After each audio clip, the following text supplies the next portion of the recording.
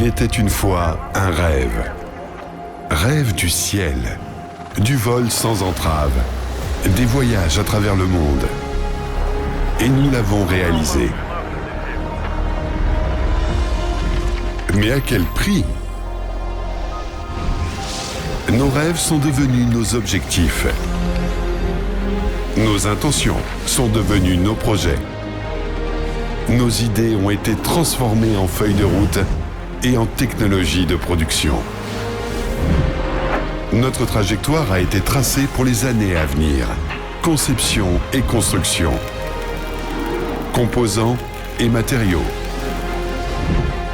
Prototypes et essais. Pas à pas, nous allons du rêve au résultat. Nous vous invitons à suivre ce chemin avec nous. Solar Group présente le projet des dirigeables de nouvelle génération. Le meilleur moyen de prédire l'avenir, c'est de le créer. Faisons-le ensemble.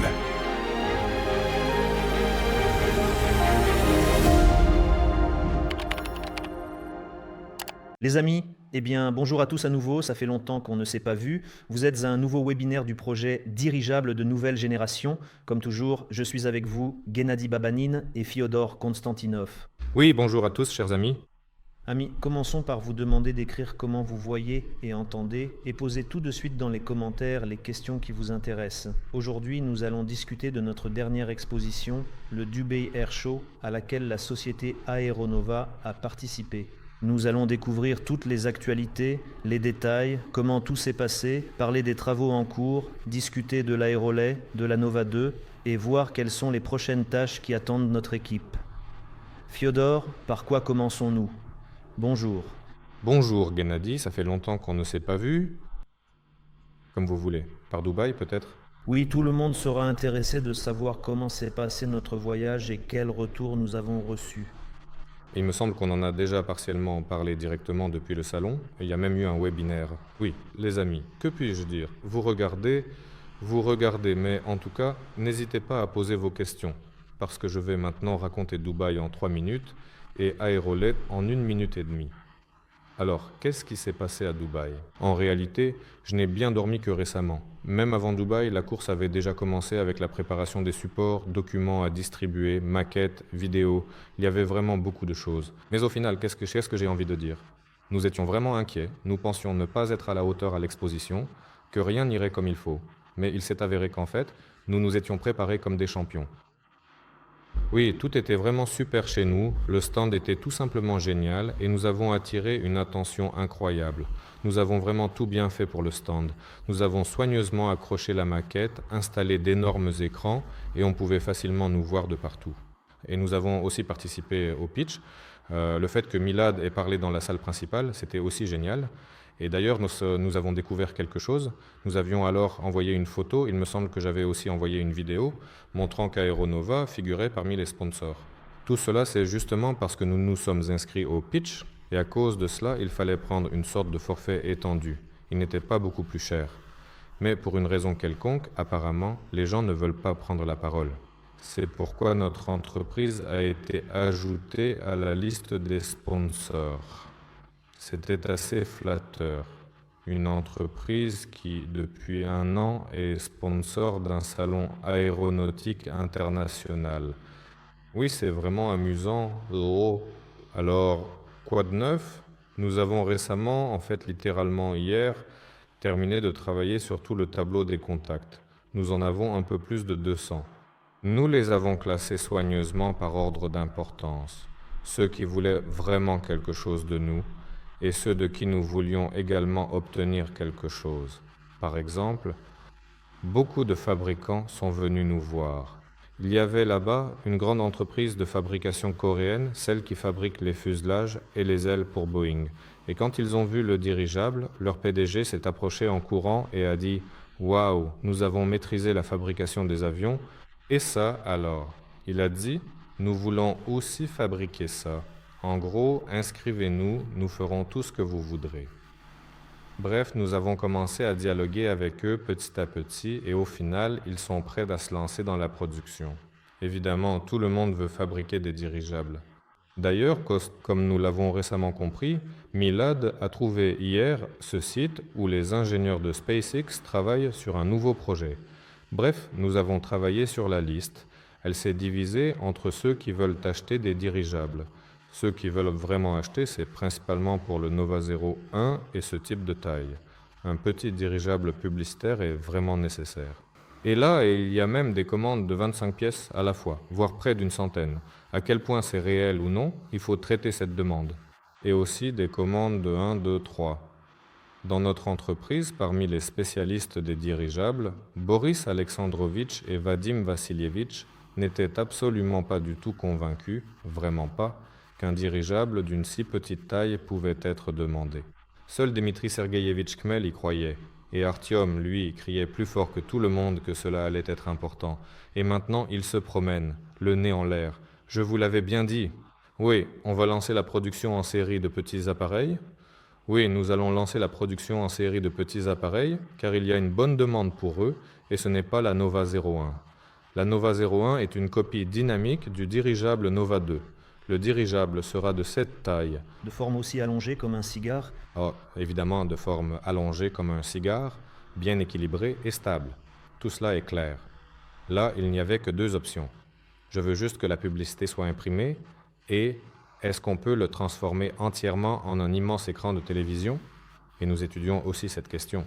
Ces écrans à pixels, les Chinois ont beaucoup d'avance dans ce domaine, mais même chez nous, on en fabrique aussi.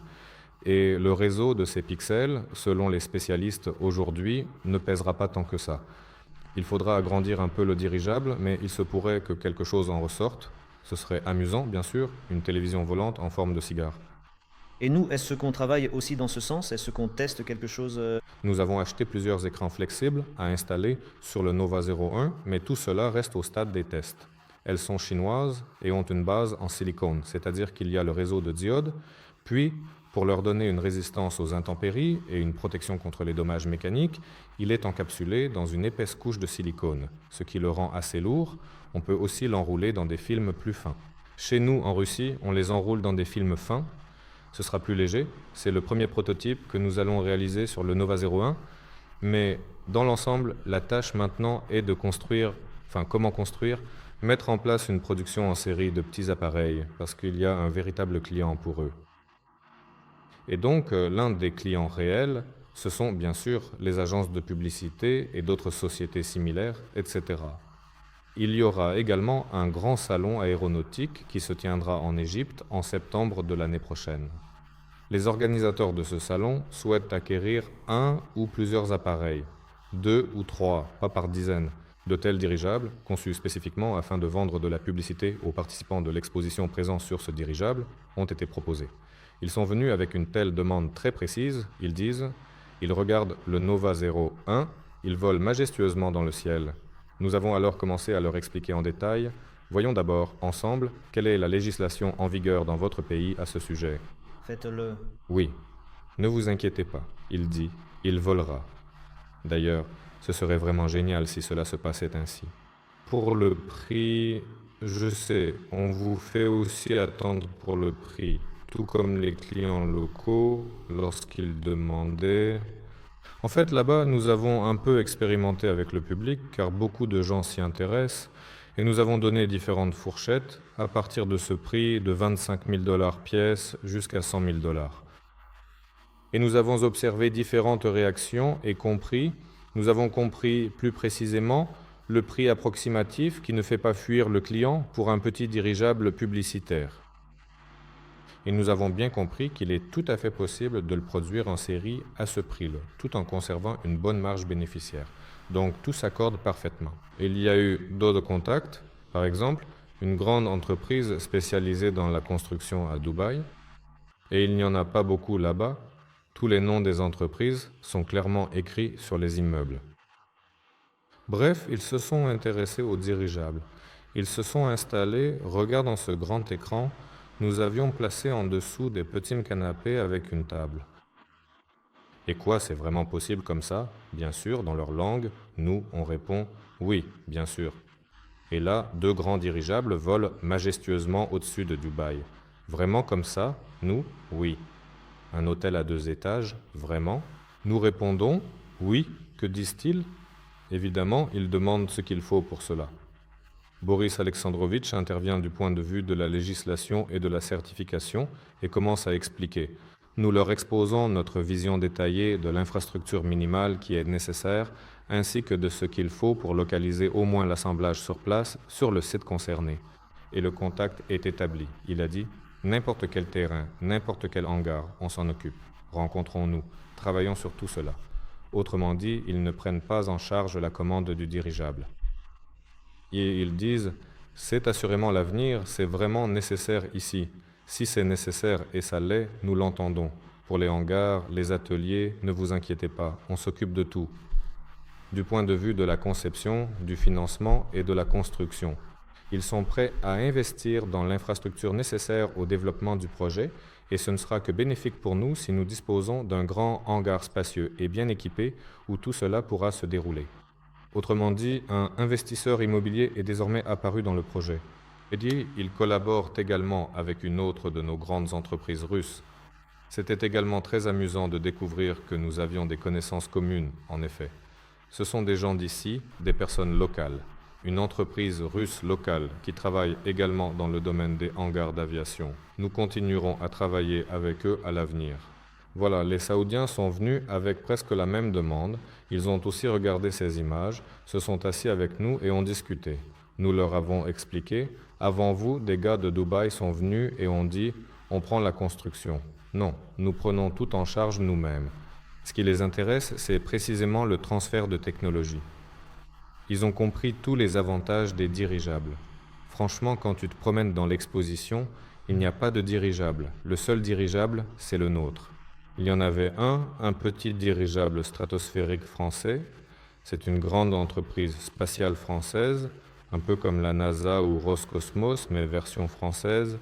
Et cela fait déjà très longtemps qu'ils essaient de fabriquer ce dirigeable stratosphérique. Ça fait déjà 10 ans. Il était tout petit, posé là. Autrement dit, à part ce petit stand, personne d'autre n'avait rien sur les dirigeables. Il n'y en avait que chez nous, et naturellement, cela attirait particulièrement l'attention.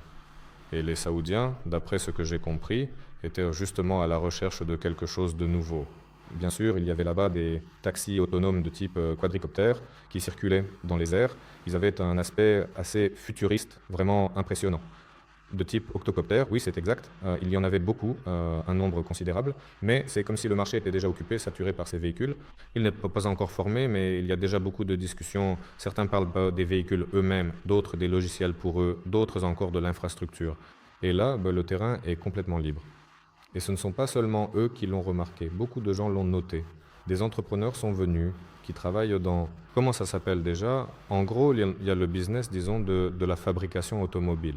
Et il y a encore 1000 autres entreprises autour de ça, à commencer par la vente, l'entretien technique et tout le reste, même les stations de lavage, la périphérie, en quelque sorte. Des entrepreneurs sont venus, ceux qui créent justement la périphérie aéronautique, et ils disaient: mince les gars, c'est une mine d'or. Vous avez mis le doigt dessus, on est avec vous. Ils faisaient connaissance, donnaient leur carte de visite, disaient... Tout le monde comprenait où nous en étions. Nous ne cachions rien, nous n'avons qu'un an d'existence. En un an, nous avons constitué un bureau d'études et un petit modèle dynamique qui vole. Nous avons déjà un modèle de 2000 en développement avancé au début de la production. Nous avons d'autres projets en perspective. Tout le monde attend en fait, aussi bien les hommes d'affaires que les acheteurs. Et les Saoudiens disent: tout ça c'est super, mais faisons la même chose, sauf que chez nous, dans notre pays. On leur répond: mais qu'est-ce que ça veut dire seulement chez vous? Ils disent en gros: venez, on va vous montrer que c'est un pays complètement différent. À Dubaï, vous avez déjà parlé avec certaines personnes, vous avez compris, en gros, quels mécanismes d'interaction peuvent exister ici, quelles mesures de soutien, de financement, etc. Il dit: ici, c'est une chose. Chez nous, tout est complètement différent. Nous sommes un pays bien plus riche. Il est beaucoup plus facile d'obtenir diverses autorisations, etc. Il vous suffit simplement de venir chez nous. Nous vous construirons des hangars, des usines, tout ce que vous voulez, du moment que les dirigeables soient fabriqués en Arabie Saoudite. Un contact vraiment très chaleureux. Nous avons travaillé en étroite collaboration avec lui, avec cette personne. Il est propriétaire d'une des plus grandes entreprises de logistique en Arabie Saoudite. Nous avons vérifié rapidement. C'est en fait une entreprise extrêmement riche et prospère. Et il ne parlait même pas en son nom propre, mais au nom de l'entreprise ainsi que du gouvernement en général. Bref, il y a une telle proposition qui a été faite. Il a dit « Envoyez-moi simplement ces vidéos que vous faites défiler et je les montrerai à ceux qui en ont vraiment besoin. » Nous n'avons envoyé les vidéos qu'hier. Nous sommes entièrement fautifs. Nous avons traîné, mais à vrai dire, ce n'est vraiment pas grave. Il a dit qu'il serait prêt à venir en Russie, il en a vraiment besoin. Il a aussi compris qu'on pouvait investir de l'argent ici et qu'il y aurait un retour colossal. Il est parfaitement évident qu'il faut bien comprendre ce qu'est le transfert de technologie. Il va nous l'acheter, le prendre. C'est un schéma clairement clair. Nous l'avons dit à tout le monde, il n'est pas le seul à avoir reçu une telle proposition. C'est normal quand une personne de haut niveau s'intéresse véritablement, par exemple, elle ne s'attarde pas sur les détails. Dans leur esprit, tout est possible. Et il est clair que tout est possible, mais ce tout est possible suit un certain chemin logique. On ne peut pas simplement rassembler un tas de gens, les amener et leur demander de fabriquer une voiture s'ils ne l'ont jamais fait auparavant. Le scénario classique, c'est qu'au début, on les fait venir, ils attachent les roues, puis apprennent à fixer les portes, puis on arrive à l'assemblage complet et à la localisation de composants locaux. Bien sûr, nous leur avons tout expliqué. Par exemple, en ce moment, nous assemblons la Nova 2. Nous testons tout, l'amenons à une version produit, la certifions ici chez nous, puis nous pouvons déjà déménager là-bas et mettre en place une chaîne d'assemblage en envoyant d'abord les pièces depuis ici. Il a dit, ce ne sont que des petits détails. Ne m'expliquez pas tout ça. Construisons-le ici. Enfin bref. Et dans quel but les ont-ils envisagés pour eux-mêmes? Est-ce aussi une publicité ou... Les Saoudiens? Non. Pour eux, ils voyaient cela du point de vue des gros cargos, 30 à 60 tonnes ou plus. Ce qui était plus petit ne l'intéressait pas. Pour cette taille, ce qui les intéressait, c'était surtout les touristiques, les croisières, les passagers. Oui, c'est quand il s'agit d'un grand paquebot avec beaucoup de gens, cabines, restaurants, ponts-promenades. Ils regardaient l'écran et disaient « Comme ça, vraiment, on va flotter au-dessus de la ville ?» On disait « Eh bien oui. » Et lui « Il faut le faire. » Des fonds s'approchaient, de grands fonds presque quasi-étatiques aussi, et de Dubaï et d'Arabie Saoudite, Dubaï et l'Arabie Saoudite. Pour une raison quelconque, ils cherchaient, ils étaient à la recherche de quelque chose. Nous échangions aussi nos contacts. Comment procèdent-ils? Là-bas, des managers de fonds circulaient, cherchaient eux aussi des projets. Ils s'approchaient et demandaient tout de suite « À quel stade en êtes-vous? Quand commencera la production de tels appareils? À combien estimez-vous le coût de production? Sur quelle série êtes-vous prêt à vous lancer? C'est-à-dire combien d'unités par mois? Quel sera le prix de vente? » Nous commencions alors à philosopher avec eux sur ces questions, car nous n'avions pas de réponse précise, par exemple pour le modèle de 10 tonnes. Ils faisaient à peu près ce genre de calcul. D'accord, donc la marge est de temps, le chiffre d'affaires de temps. Donc, on peut allouer telle somme. Voici ma carte de visite. Appelez-nous. Ils faisaient simplement des estimations et évaluaient les projets, de toutes les manières possibles. Il y avait aussi un Iranien qui s'est approché. Il est originaire d'Iran, mais il est maintenant citoyen canadien. C'est aussi quelqu'un qui a bâti sa fortune de ses propres mains. Et aujourd'hui, non seulement il est riche lui-même, mais il gère aussi un grand fonds. Il s'est tellement intéressé à notre travail qu'il est venu nous voir à plusieurs reprises après l'exposition. Et nous avons déjà eu l'occasion de discuter avec lui à l'hôtel. Il n'était pas le seul à venir, mais lui, il était vraiment très insistant. On lui a demandé « Êtes-vous prêt à investir dans une entreprise russe ?» Il a répondu « De combien avez-vous besoin pour une entreprise russe ?» On lui a expliqué comment ça fonctionne. Voilà comment ça se passe pour nous actuellement. Il a dit « Pas plus d'1 million de dollars, les gars, pour une entreprise russe à l'international. » Cool. De manière générale, nous continuons à interagir avec lui et il arrivera très probablement ici prochainement. Son fonds, en bref, leur fonds étant également son intérêt à l'Arabie Saoudite, ce qui montre une portée régionale plus large. Au final, on a réussi à regrouper plusieurs projets différents et variés. C'est à Dubaï qu'un groupe de personnes est apparu, en commençant par les autorités locales, qu'elles soient législatives ou exécutives. Je ne m'y connais pas trop, mais il s'agit probablement de responsables importants. En gros, ceux qui régulent les décollages et atterrissages, délivrent les autorisations de vol, attribuent les numéros d'immatriculation, délivrent les certificats, etc. Nous avons réussi à établir avec eux une sorte de feuille de route pour légaliser les dirigeables à Dubaï, par exemple ceux de fabrication russe. Ensuite, des personnes prêtes à investir dans l'infrastructure sont apparues. Il y a aussi eu des propriétaires de terrain à Al Maktoum qui se sont manifestés. C'est un grand aérodrome puissant, qui sera le plus grand aérodrome, l'aéroport des Émirats arabes unis. C'est d'ailleurs là qu'a eu lieu récemment l'exposition. Et le propriétaire est venu et a dit « J'ai un terrain à Al Maktoum, ça vous intéresse ?» On lui a dit « Voilà, il y a vos compatriotes qui sont prêts à construire quelque chose ici. » Il a répondu « Je ne vois aucune raison de ne pas commencer. » On a dit « Nous non plus, allons-y, commençons. » En gros, oui, à Dubaï, tout le monde fait très attention à la gestion de l'argent. Je peux vous donner un terrain, je peux vous construire un bâtiment. On vous le certifiera. Trouvez un client local à Dubaï. Je ne me souviens pas que quelqu'un à Dubaï ait vraiment voulu un dirigeable, mais je faisais partie des 7 personnes qui traitaient le flux entrant, ce qui représentait une tâche importante. Bref, pour Dubaï, un plan complet a été élaboré sur la façon de faire passer Aeronova, par exemple, au rang d'entreprise internationale avec une base à Dubaï, afin que les appareils soient certifiés, genre une entreprise internationale. Tout est très clair là-bas, on sait exactement quoi faire. Tous les contacts nécessaires sont là, la compréhension est bien acquise. On va donc commencer. Là-bas, l'entrée à Dubaï se fera principalement via les drones. C'est assez étrange en réalité. Je ne me souviens plus vraiment si je l'ai déjà dit ou pas. En ce qui concerne la certification des appareils pilotés, chez eux, tout est pris en charge de A à Z. En gros, c'est comme de l'externalisation. Il s'agit de la certification européenne et américaine, c'est-à-dire qu'ils n'ont pas leur propre organisme de certification, mais ils ont un accord avec l'EASA et la FAA, l'agence américaine. Donc, si à Dubaï, ils veulent obtenir une certification, c'est l'agence européenne ou américaine qui la délivre. Cela concerne les appareils pilotés. Pour ce qui est des drones, ils ont leur propre législation interne. Et ce qui est le plus amusant, c'est que Boris Alexandrovitch a longtemps débattu avec eux. C'est un jeu de mots, oui. Il dit « c'est impossible ». Et eux répondent « mais c'est comme ça ». Le fait est qu'ils certifient eux-mêmes les drones, y compris les taxis autonomes dans lesquels des gens voyagent. Selon notre conception, un drone c'est quelque chose de cargo. Mais non, ces taxis autonomes à Dubaï peuvent aussi être certifiés.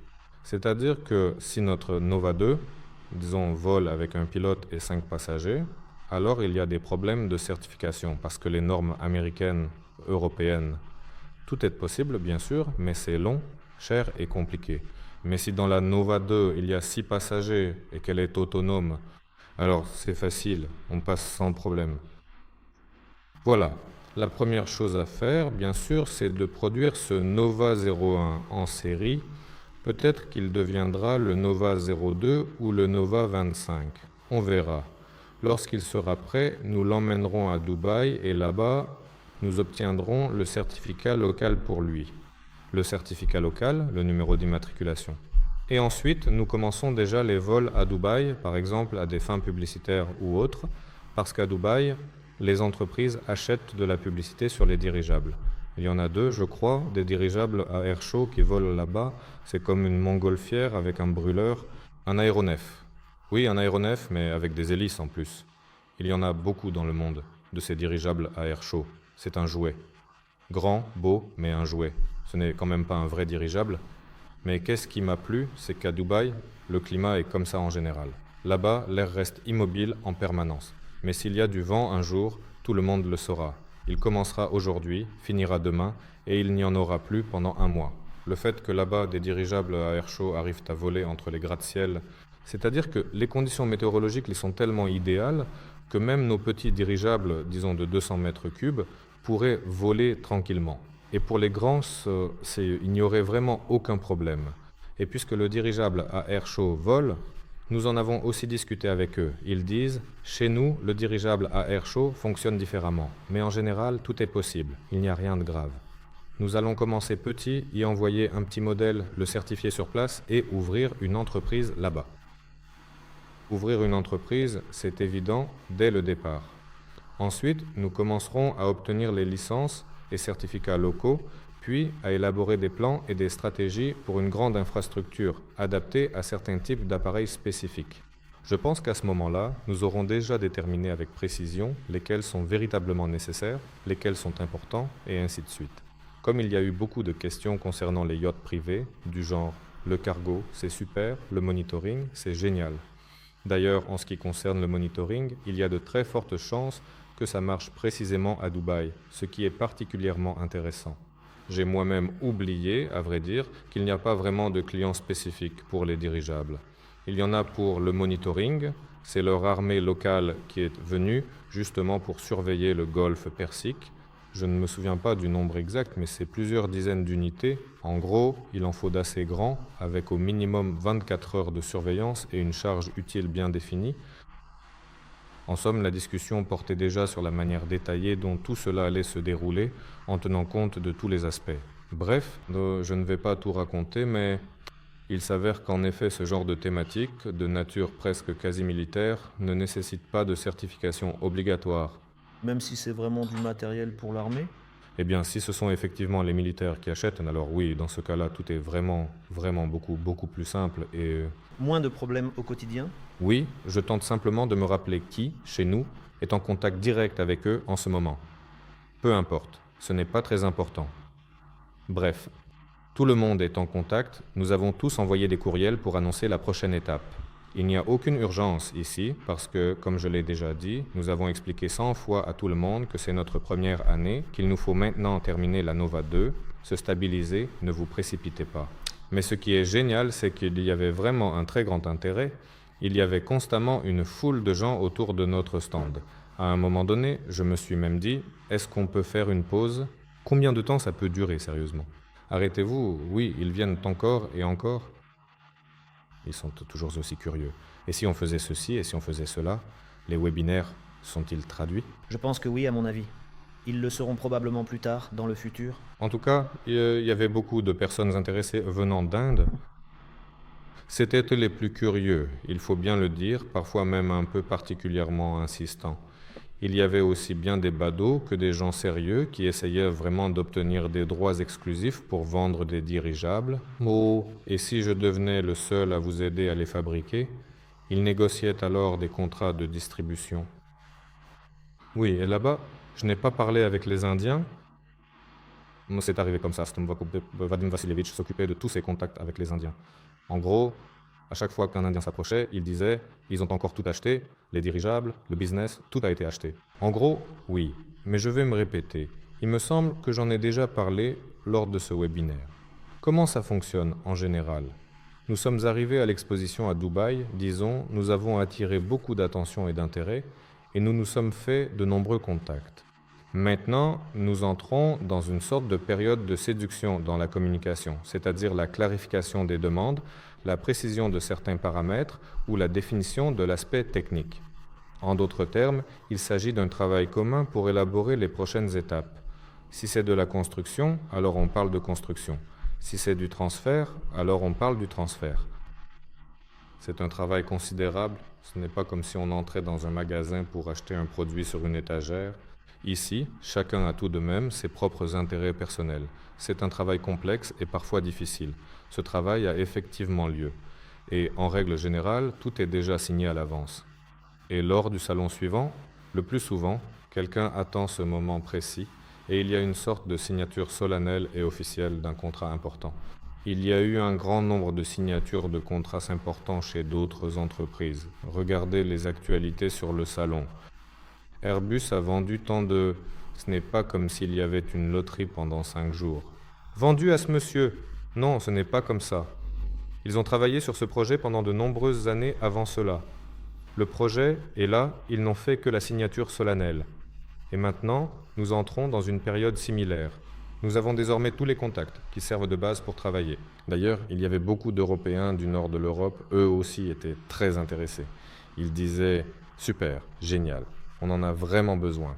Nova 2, Nova 8, on est prêt à tout prendre. Allons discuter, étudier la question. Sauf les Britanniques. Pour une raison quelconque, c'est précisément le Royaume-Uni qui réagissait très durement à notre égard. Ils se détournaient, s'en allaient, apparemment pour des raisons politiques.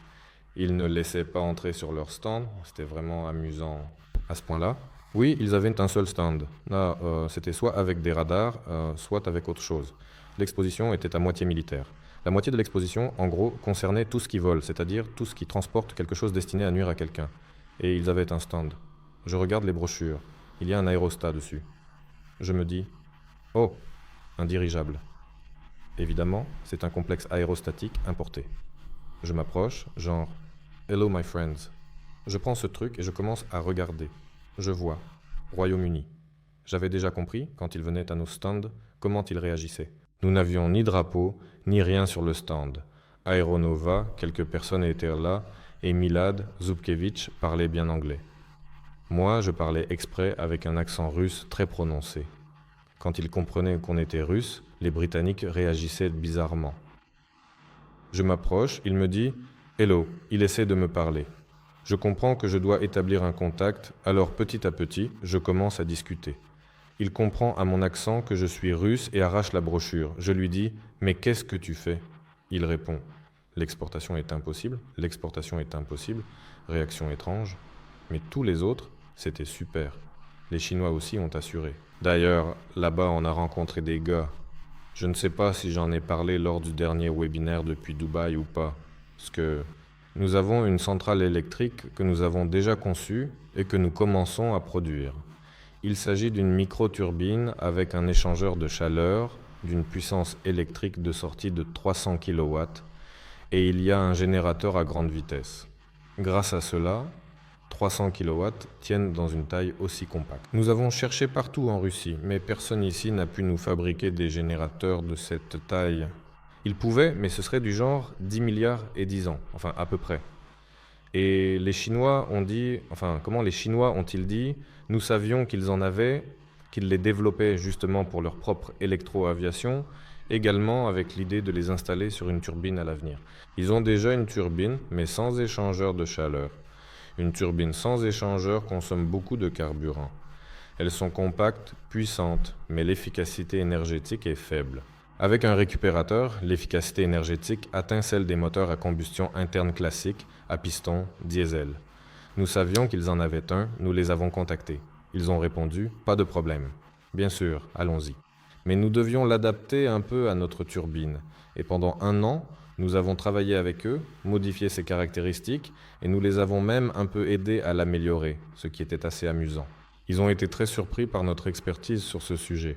Et moi, j'y allais pendant 2 jours. Tu cours au banc d'essai comme si tu allais au travail. Ce n'est pas une promenade.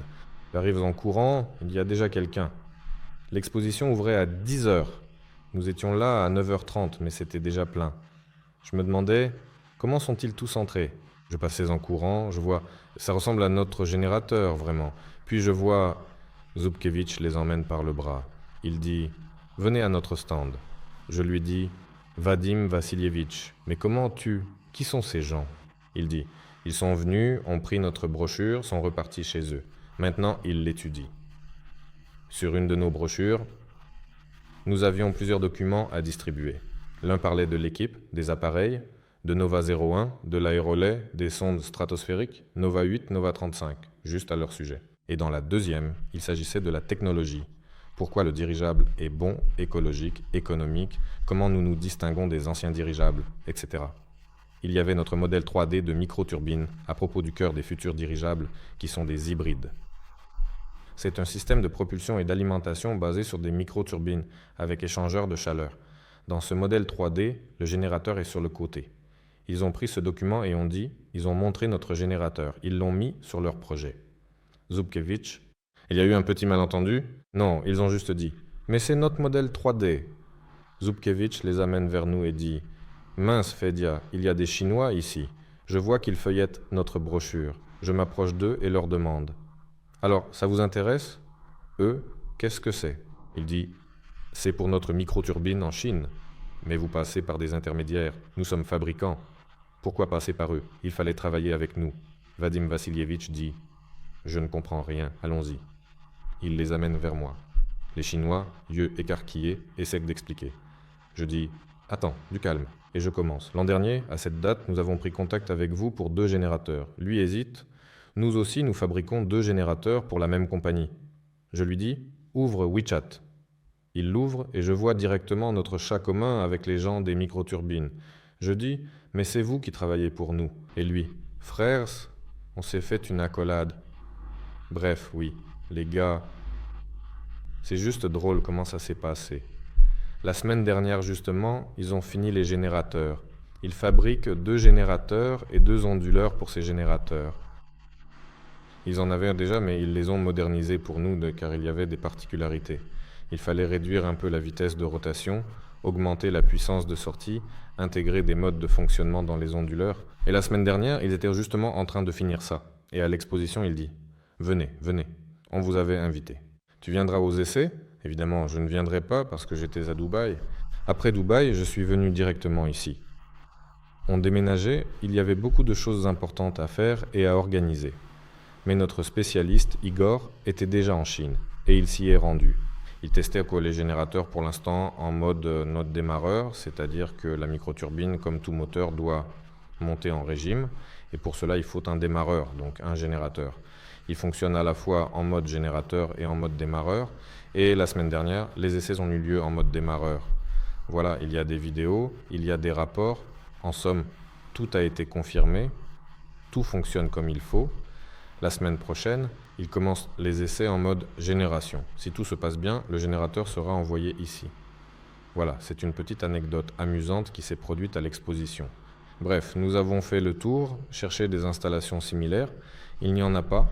Il y a des turbines classiques, elles aussi avec des générateurs, mais avec une puissance bien inférieure à ce dont nous avons besoin. C'est une entreprise belge, je crois, qui les fabrique. Et nous sommes allés les voir. Eh bien, en matière de renseignement, l'exposition s'est avérée très utile, surtout pour l'espionnage industriel. Qui fabrique quoi, à quel prix, etc. En résumé, ils ont un système. Turbine, générateur, contrôleur, système de contrôle, alimentation en carburant. Donc un système fermé. Une solution clé en main de ce type coûte à partir d'un $250 000. Waouh, c'est vraiment pas mal. Sérieusement, oui. Surtout en tenant compte du fait que leur système est extrêmement gourmand en énergie et moins puissant. Autrement dit, nous créons un produit qui sera non seulement compétitif sur le marché pour nos dirigeables, mais aussi comme produit indépendant. Il reste bien sûr à le faire. Maintenant commence véritablement l'étape la plus importante. La phase de production de ces microturbines. Là aussi, rien n'est simple, mais nous en reparlerons plus tard, lorsque le moment sera venu. Il faut revenir à l'exposition. En somme, ces 5 jours ont été particulièrement intenses, marqués par de nombreux échanges et découvertes. Si je comprends bien, nous avons maintenant constitué un certain nombre de contacts.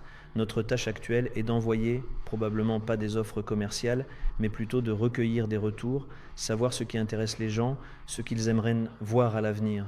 Cela nous donnera une meilleure idée de la demande pour tel ou tel appareil. Non, en réalité, les gens savent déjà ce dont ils ont besoin. Ce dont ils ont vraiment besoin. Oui, certains disent « Je voulais fabriquer des pièces pour votre dirigeable ». Par exemple, nous devons faire fabriquer certaines pièces. Il faut d'abord signer un NDA, un accord de non-divulgation, puis envoyer la pièce et obtenir une offre commerciale, simplement pour évaluer le coût et comparer avec ce que nous avons, ainsi qu'avec d'autres propositions. C'est la première étape, il y a plusieurs questions. Deuxièmement, plusieurs bureaux de design étaient vraiment motivés. Nous voulons absolument travailler sur les dirigeables. On en a assez des avions, des hélicoptères. Vous avez un dirigeable, c'est quelque chose de nouveau. Laissez-nous concevoir la nacelle, nous voulons concevoir l'intérieur. Bref, ils étaient là à échanger des idées avec nous. Mais ce sont d'immenses espaces. Il n'est pas nécessaire de se serrer comme ça. On peut vraiment faire ça. Prenez-nous dans l'équipe, nous voulons participer au projet. Les designers de BMW étaient là. Ils étaient justement présents, qu'ils travaillaient sur l'un des appareils à décollage et atterrissage vertical, mais uniquement pour le fret. Pas pour les passagers, pour le fret.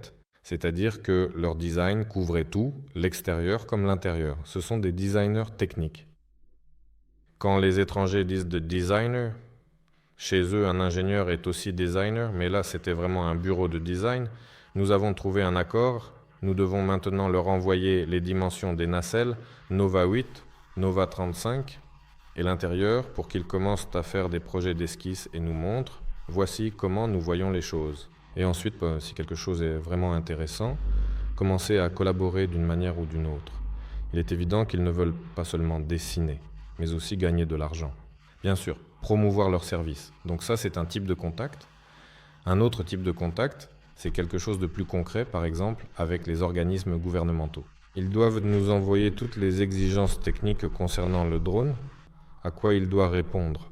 Nous devons tout étudier, par exemple, et définir précisément l'apparence du drone qui sera envoyé là-bas conformément à ces exigences, et entretenir une correspondance avec eux. Par exemple, avons-nous bien compris ou non? Nous avons fait comme ceci. C'est bon? Très bien. Parfait. Nous viendrons bientôt chez vous. Et eux répondent, ok, on vous attend. Donc, c'est un autre type de contact. Le troisième concerne un projet commun visant à lancer le projet sur un marché international. Si c'est ce groupe de contacts à Dubaï et si c'est Dubaï, alors. Bref, avec chacun, un travail ciblé commence déjà. Avec les dirigeables de surveillance, oui, il faut préciser lequel exactement ils veulent, et c'est pareil pour les petits modèles publicitaires. Donc oui, il y a énormément de travail. Ce que je veux dire, moi, c'est que dans tous les cas, même s'ils posent une valise d'argent et disent « nous avons besoin d'un tel dirigeable », est-ce qu'on ne va quand même pas, ou ne peut-on pas, s'écarter des étapes prévues, des plans que nous avions dans la feuille de route par exemple, ou bien y a-t-il quand même une certaine flexibilité possible ? Non, il ne sera pas possible de s'écarter de ce plan initial, car il s'avère en réalité qu'on a véritablement besoin de dirigeables, aussi bien des petits modèles que des grands exemplaires. Et pour arriver à un grand dirigeable, il faut de toute façon passer par un chemin évolutif étape par étape. Nous ne pouvons pas tout laisser maintenant. Un client veut un appareil de 30 tonnes, mais faire un modèle de 30 tonnes d'un coup alors que nous n'avons pas fini le Nova 2, c'est impossible. On ne peut pas faire naître un enfant en 1 mois avec 9 femmes. Donc les plans restent les mêmes qu'avant. C'est Nova 2, Nova 8, Nova 35. En parallèle, nous commercialisons les étapes déjà franchies. L'étape Nova 01 est passée. Après la vidéo, les gens ont dit « c'est cool, on en veut ». Nous sommes donc prêts à lancer et vendre une série. Bien sûr, il faut d'abord s'accorder fermement là-dessus. Si l'accord ferme est là, nous les produisons et les vendons. Le Nova 2, nous l'avons assemblé, testé en mode autonome, en mode piloté, en mode de surveillance. Nous comprenons déjà qu'un dirigeable de cette taille est à notre portée. Je suis sûr que lorsqu'il volera, il y aura littéralement un flot de commandes. Il y en a déjà, en quelque sorte. Mais il pourrait ne pas faire 2000 mètres cubes, mais 2700. Exactement comme cela s'est passé avec le Nova 01. Nous avons franchi cette étape, et les appareils de ce stade peuvent désormais être lancés en production de série à des fins commerciales. Nova 8, Nova 35. Tout selon la même méthode. Nous avançons vers des dirigeables plus grands. Au fait, pour vendre des dirigeables à l'étranger, n'y a-t-il aucune difficulté à le faire directement depuis la Russie ? Ou bien est-il quand même nécessaire de créer une sorte d'intermédiaire sous la forme d'une société internationale séparée ? Ce n'est absolument pas nécessaire. Nous avons des mécanismes spéciaux dans le pays qui s'occupent de l'exportation. Rien ne change. On peut vendre à d'autres pays. Il faut vendre. Le pays encourage la vente à l'étranger. La question est, qui achète ? Il y avait des gars d'Afrique. Là-bas, il y avait... c'est clair. Les hommes d'affaires disent toujours « Waouh, génial, je veux acheter, en avoir chez moi, voler, transporter ». Tout cela est compréhensible. Il y avait aussi des gens du gouvernement d'un pays, je ne me souviens plus exactement lequel, et nous avons également discuté de cette question importante avec eux. D'accord, nous l'avons fait en Russie. Un monsieur vient juste de s'approcher et dit « Je veux un dirigeable pour l'Afrique ». Mais tu viens de ce même pays. Alors, explique-nous un peu plus en détail, s'il te plaît. Genre, il doit être certifié, ou bien on peut l'amener, disons, en pièces détachées, le monter là-bas, en Afrique, et dire « Regardez, c'est un produit africain, tu vas lui délivrer un certificat ? Non, je ne le ferai pas. » Afrique, délivre-le, fais-le voler. Non, ce n'est pas nécessaire. En gros, faites-le certifier dans votre propre pays. Amenez-le. Avec lui aussi, nous sommes tombés d'accord sur le fait qu'ils ont leurs propres règles locales.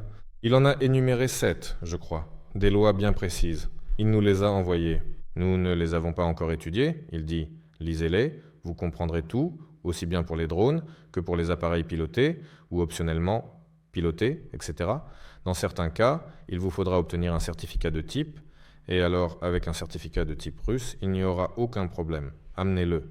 Donc la question est, peut-on le vendre d'ici? Oui, on peut le vendre à certains certifiés, à d'autres non certifiés. Il n'y a aucun problème, il existe simplement différents chemins, certains plus longs, d'autres plus courts, certains plus complexes. Nous avons un certificat pour un exemplaire unique, il a un peu évolué récemment, il ne s'appelle plus ainsi, mais il est toujours possible d'obtenir un certificat pour des produits uniques, par exemple. Dans certains pays, ils ne comprennent même pas ce que c'est un certificat pour un exemplaire unique. Certains disent, pas de problème, si la Russie a délivré un document, on prend l'équivalent local. Mais il faut quand même valider, ils traduisent, les autorités tamponnent pour confirmer, attribuent un numéro, et la personne peut alors l'utiliser selon les règles. Mais voilà, si jamais, politiquement, il y a des problèmes pour vendre depuis la Russie. Beaucoup de gens sont venus nous voir. Mince, les gars, c'est génial, super. Des gars de Boeing sont venus. Et ce n'était pas juste n'importe qui, tu sais, comme de simples participants au stand. Il y avait une femme, apparemment la directrice commerciale adjointe, un poste important. Elle est venue, elle a parlé avec Boris Alexandrovitch. Elle dit « Les gars, c'est génial, on veut acheter un dirigeable. » Boris Alexandrovitch répond « Lequel ?»« Même le Nova 2. Vous pouvez l'assembler ? On veut l'acheter. » Et lui « Mais pourquoi faire ? » ?»« Mais comment ça ? C'est un dirigeable tout de même. Il faut. » Et elle, gentiment « On veut juste l'acheter. » Et ainsi de suite. De toute façon, des Américains, des Européens aussi venaient. C'est génial, on en a besoin. Ah, la Russie. Ouvrez une société à Dubaï, coupez complètement toute trace russe et on achètera. Bien sûr, nous en avons besoin, c'est important pour nous. Nous venons de l'aviation, nous comprenons ce que c'est, le cargo, le tourisme, tout ça, c'est vraiment génial. Vous êtes formidables, l'équipe est au top. Mais seulement éloignez ça de la Russie. Vitali et Milad, chez nous, allaient souvent à des soirées privées. Le tout premier jour, c'était à l'occasion de l'ouverture officielle. Donc, il y a eu l'exposition qui s'est terminée vers 18h précise. Et à 19h, il y avait une soirée privée. Tous les gros bonnets étaient présents, appelons-les comme ça. C'était un peu du networking, des rencontres professionnelles. Et puis ceux qui voulaient, oui, passer de voir ce qui se passait. Là-bas, on a surtout eu de longues discussions, principalement avec des Européens, en fait. C'était vraiment intéressant parce que mince, tout le monde, absolument tout le monde, parle en ce moment de couper complètement les liens avec la Russie, tu vois. Donc, pour l'instant, c'est probablement comme ça. Bref, il y avait encore une autre soirée le lendemain, et Vitali et Milad y participaient aussi.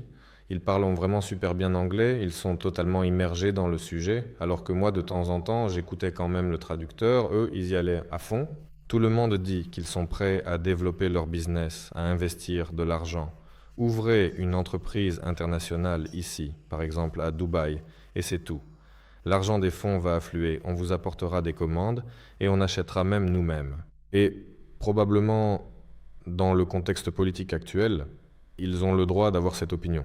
Pourquoi pas ? En général, c'est une pratique courante d'ouvrir des entreprises internationales. Avons-nous, par exemple, l'intention d'aller dans cette direction ? Bien sûr, nous en avons l'intention. Chaque chose en son temps, mettons-nous d'abord sur pied. Peut-être qu'à ce moment-là, il ne sera même plus nécessaire de le faire, tout sera réglé. Regardez autour de vous, la Russie et la CEI sont particulièrement immenses, l'Asie aussi, et de nombreux pays comme l'Afrique, l'Inde, eux aussi, ils se moquent de cette politique. Donc, en somme, il est tout simplement impossible de se retrouver sans commande. Oui, la question est seulement de savoir quand nous pourrons. Entrer sur certains marchés sera plus facile, sur d'autres plus difficile. Où aller ? Probablement là où c'est le plus simple. C'est ainsi que la nature fonctionne. L'eau coule toujours vers le bas. C'est bien ça. Ai-je bien compris qu'il existe un certificat russe que nous obtiendrons pour nos dirigeables ? Et si ce certificat est reconnu dans le pays où le dirigeable est vendu, ils peuvent l'utiliser ? Sinon, la question de la certification leur incombe. Ils doivent alors régler ce point eux-mêmes. Là-bas, en fait, pour faire simple, il existe certaines règles spécifiques auxquelles tel ou tel appareil doit absolument se conformer. Les règles qui sont prévues pour les avions ne conviennent pas du tout aux dirigeables. De la même manière, les règles qui s'appliquent aux hélicoptères ne conviennent pas non plus aux dirigeables. Il existe des règles spécifiques aux dirigeables, créées aux États-Unis, puis copiées et adaptées en Europe. La Russie a ensuite fait de même pour établir ses propres règles. Si quelque chose change là-bas, tout le monde ajuste les siennes ensuite. Certains les modifient, tandis que d'autres non. Le plus souvent, personne n'aime vraiment changer ou rester à la traîne. En somme, c'est exactement la même chose. Il n'y a pas de différence réelle. Politiquement, c'est un certificat russe officiel. Si tu lis attentivement les exigences, tu verras qu'elles sont partout identiques, sans exception. Après, il ne reste que la politique. C'est pareil avec cet Africain. Il demande « Sur quelle base sont établies ces normes en Russie ?» Nous répondons « Sur la base européenne internationale. » Il dit « Pas de problème alors. Vous nous envoyez le certificat russe, c'est-à-dire cette base de certification officielle. Nous le comparons soigneusement avec les nôtres. S'ils correspondent point par point, alors d'où pourraient venir nos questions, nos interrogations? Autrement dit, nous utilisons cela. Nous ne connaissons pas le vôtre, mais c'est identique, aucun problème, juste politique. » Donc oui, il y a une zone russe, une zone européenne, une zone asiatique, une zone américaine, mais pour les dirigeables, les normes sont partout les mêmes, car elles ont été créées, pas de manière centralisée, mais en se copiant les unes les autres. Et c'est bien qu'il y ait une norme au format international et pas ces prises électriques de types différents partout. Eh bien, c'est justement vers cela que tend l'aviation. L'avion a été créé principalement pour voler entre les pays. Si chacun invente ses propres normes, ce n'est pas efficace. C'est pourquoi elles sont presque identiques. Très bien. Quels sont nos plans ou objectifs immédiats après l'exposition? Y a-t-il des axes chauds vers lesquels nous nous dirigeons? Quelles tâches nous attendent? Des tâches urgentes? Les tâches urgentes. Nous avons tâches froides. J'ai vraiment les pieds gelés. Où est le chauffage dans le bureau, s'il vous plaît? Quelle tâche urgente, alors? Aérolette. Oui, je m'en doutais. En fait, Dmitri Sergueïevitch Khmel était très motivé. Il disait « Mince, tant que vous n'êtes pas là, on va le faire décoller. » Je lui ai dit « N'ose pas toucher à l'appareil tant qu'on n'est pas là. » Eh bien, il a écouté. Il aurait peut-être mieux fait de ne pas écouter. Bref, alors, on fera décoller l'aérolet avant la nouvelle année. Il reste maintenant moins d'un mois. On le saura demain. Bref, demain, nous allons à l'aérodrome. Oui, quelle est la situation? D'abord, pour l'aérolet, on consacre vraiment très peu de force et de ressources. Demain, Jenna et moi irons littéralement là-bas, sur place, et nous prendrons Dima et Denis avec nous. Nous allons installer le système de contrôle dessus, sur l'appareil concerné. Quelle était la situation exacte avec lui? Au départ, il est apparu dans la précipitation, sans préparation approfondie. Pour ainsi dire, il y a presque eu un pari dans l'entreprise sur le fait qu'on le construirait aussi vite, aussi rapidement. Et tout le monde comprenait bien qu'on n'y arriverait pas parce que ce n'est pas nous qui faisions la coque, c'était une entreprise extérieure. Nos machines sont là, elles sont toujours là, et il y a encore des questions concernant les locaux. Enfin, quelles questions? C'est en mode attente. De notre côté, on ne peut rien faire, on est les otages de la situation. C'était une autre entreprise qui s'en occupait. Ils annonçaient des délais, mais ne pouvaient pas les tenir. Ils n'avaient jamais construit de dirigeables. Ils fabriquaient des structures gonflables, même des objets volants, mais pas des dirigeables, car un jouet et un appareil sérieux, ce n'est pas la même chose. Il y avait toujours quelque chose qui n'allait pas, mais ils devaient refaire certaines choses. Ensuite, quand ils ont fabriqué l'enveloppe, elle était en deux parties. Derrière, Dmitri Sergueïevitch avait imaginé une queue gonflable, mais cette queue ne s'assemblait pas car la forme de la première enveloppe n'était pas la bonne, et toutes les structures métalliques qu'il avait conçues ne convenaient pas non plus. Nous les avons aussi refaits, car l'enveloppe avait finalement changé de forme.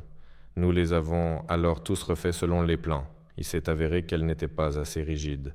Dima Orlov, le développeur du système de contrôle et, en même temps, le pilote à distance, c'est lui qui pilote notre Nova 01. Et il a dit « Je ne volerai pas là-dessus, vous ne voyez pas? Regardez ce cadre. » Et le cadre était vraiment assez effrayant. Il aurait probablement supporté ce truc, mais Dima criait. Bref, nous avons commencé à refaire ce cadre. Nous avons décidé de jouer la sécurité. Oui, parce que nous l'avons refait. Dmitri Sergueïevitch s'est mêlé à l'affaire avec ses idées sur ce à quoi il devait ressembler. Mais tout de même, je comprends que, vu que le dirigeable est petit, il a une faible puissance de traction. Il n'a même pas assez de volume pour, grossièrement parlant, se porter lui-même. En plus, il est hybride, et il a aussi un cadre aussi énorme. On a envie de tout rendre plus léger, plus fin. Tout paraît fragile. Je me dis déjà, c'est bon, n'y touche plus, ferme les yeux. Ce qui sera, sera. Nous avons fabriqué un cadre assez rigide.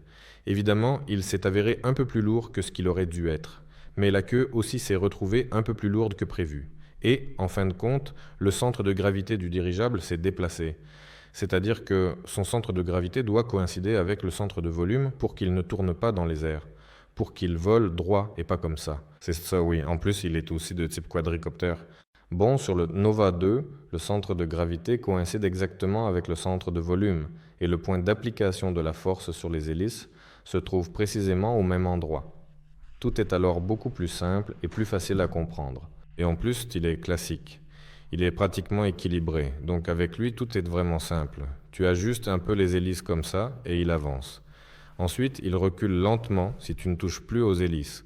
Tu ajustes les hélices, et il repart. Donc tout est simple. Avec celui-ci, ce n'est pas aussi simple. Il est trop lourd. Tu dois vraiment générer une poussée énorme avec les hélices, qui ne sont pas 2 sous le centre, mais 4. Elles doivent être placées pour que le centre de gravité soit au milieu, les hélices formant un carré autour.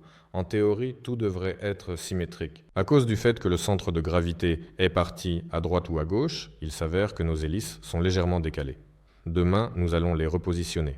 Dimitri Sergueïevitch va tout mesurer à nouveau. En gros, qu'est-ce qui s'est passé? C'est que la queue s'est avérée trop lourde, le centre de gravité est trop en arrière. Nous avons essayé d'enlever les batteries du cadre et de les placer dans la nacelle avant, donc de déplacer toute la masse vers l'avant, mais ce n'était pas suffisant. Ensuite, qu'avons-nous fait? Nous avons allégé la queue, retiré des tubes de renforcement, enlevé les housses là-bas. Il n'y aura pas de belles housses blanches là-bas, il y aura un coussin bleu. Bref, nous avons allégé de quelques kilos, un peu plus de 4, il me semble. Mais avec un grand bras de levier, le centre de gravité s'est déplacé. C'est significatif, oui, les batteries sont quand même parties vers l'avant, et il semble qu'ils soient suffisamment équilibrés. Demain, nous allons encore déplacer un peu la nacelle, et nous allons la déplacer demain. Le centre de gravité va encore bouger, mais ce ne sont que des détails. Voilà pour le premier point. Qu'y avait-il d'autre? 2. À ce moment-là, nous avons mis de l'hélium. Le dirigeable classique a une autre particularité. Pourquoi n'y avait-il aucun problème avec lui? Pourquoi a-t-il été assemblé et a décollé si vite? Le Nova 01 a un train d'atterrissage avant et un train d'atterrissage arrière avec un seul petit trou à l'arrière. Elle est nécessaire pour que lors du décollage et de l'atterrissage, s'il décolle un peu en roulant, il ne touche pas le sol avec la roue. Oui, et pour que l'empennage arrière ne touche pas le sol et qu'il puisse partir tranquillement, en quelque sorte. Et le dirigeable, un dirigeable bien équilibré, possède cette caractéristique. C'est aussi un moyen de savoir quelle quantité d'hélium il y a. L'hélium est difficile à mesurer. Oui, il y a des débitmètres et des capteurs de pression sur les réservoirs, mais malgré tout, c'est à peu près plus ou moins. En gros, tu ajoutes de l'hélium encore et encore, et il reste sur la jambe avant du train d'atterrissage, il repose sur la roue arrière. Tu verses de l'hélium dedans, et à un moment donné, hop, voilà. L'axe du dirigeable devient parallèle au sol. Cela veut dire qu'il y a la quantité d'hélium nécessaire, il est équilibré et il ne touche le sol qu'en un seul point calculé. Mais pour un dirigeable hybride, ce n'est pas comme ça, il est trop lourd. Sa queue ne se soulèvera pas ainsi, et il n'y a pas, pour ainsi dire, d'indicateur. Quelque chose de visuel comme ça? Oui. Le fait qu'il soit correctement équilibré, qu'il soit rempli avec la bonne quantité d'hélium, etc. Et aussi parce qu'il est bas, le plafond est bas. C'est-à-dire que la distance entre l'enveloppe et le sol de l'aérolait est faible. Il est assez grand en soi, mais le plafond est bas. Il est impossible de le soulever pour grimper et vérifier à quel point le ballonnet est rempli. En général, lorsque nous l'avons centré à l'époque, avant Dubaï, il n'y avait pas assez d'hélium. C'est devenu clair. Il semble gonflé. Tu le vois, le dirigeable est gonflé. Il y a 3 points de contact. Il est sur des balances, tu regardes le poids, trop lourd, vous avez tout pesé, on a pesé. Tout semble correspondre, mais tu fais les calculs. Et il s'avère que le centre de gravité ne se déplaçait pas seulement vers l'arrière parce que c'est lourd ici, mais aussi parce qu'il manquait un peu d'hélium. Tu ajoutes de l'hélium, le même effet devrait se produire. Mais ça ne marche pas, car il est trop lourd. C'est un hybride. Visuellement, on ne voit pas. Le centre de gravité s'est déplacé. En général, le processus de centrage est très complexe. Et c'est à la fois parce que les pièces métalliques ont été modifiées, et parce qu'il n'est pas classique, même si toutes les méthodes existent. Par exemple, quand nous sommes allés assembler la Nova 01, Boris Alexandrovitch et Vadim Vassilievitch nous ont donné un manuel. Et tu suis le manuel. Tout est déjà fait, tout a déjà été inventé. Oui, simplement étape 1, 2, 3, 4, 5. C'est fait. On assemble, on décolle, c'est parti. C'est sympa. Pour les hybrides, il n'y a pas de tel manuel. On fait tout à l'expérience, à tâtons. En plus, il n'est pas pareil. Il se comporte différemment, même dans le hangar pendant qu'on travaille dessus. On a à peu près terminé avec le centrage. Les délais se sont allongés. Déménagement? Oui. Exposition. Tantôt ce déménagement, tantôt on se préparait pour l'exposition, tantôt pour la Yakoutie, tantôt on sollicitait Dimitri Sergueyevitch à cause de cette stratosphère. Autrement dit, nous n'avions pas vraiment la tête à l'aérolais, nous avons ainsi sacrifié, pour ainsi dire, notre réputation en vous annonçant certaines échéances, mais tout cela, bien sûr, pour le bien commun de l'entreprise. Les contrôleurs, comme je l'ai dit, je crois que je vous les avais montrés à l'époque, j'étais assis, voilà le contrôleur, c'est à cause de lui, etc. Dima a vérifié ses contrôleurs des dizaines de fois, tout devait fonctionner. La dernière fois qu'on est allé à l'aérodrome, Dima les allume, ils ne marchent pas. Peut-être qu'ils ont gelé ou étaient en mode fatigué, comme ils ne fonctionnent pas. Non, ils n'avaient absolument pas gelé, ni n'étaient vraiment fatigués. Je ne me souviens plus exactement comment s'appelle cet élément radioélectronique comme ça. Dans le célèbre réseau Chip et Deep, ils sont vendus sous un certain marquage.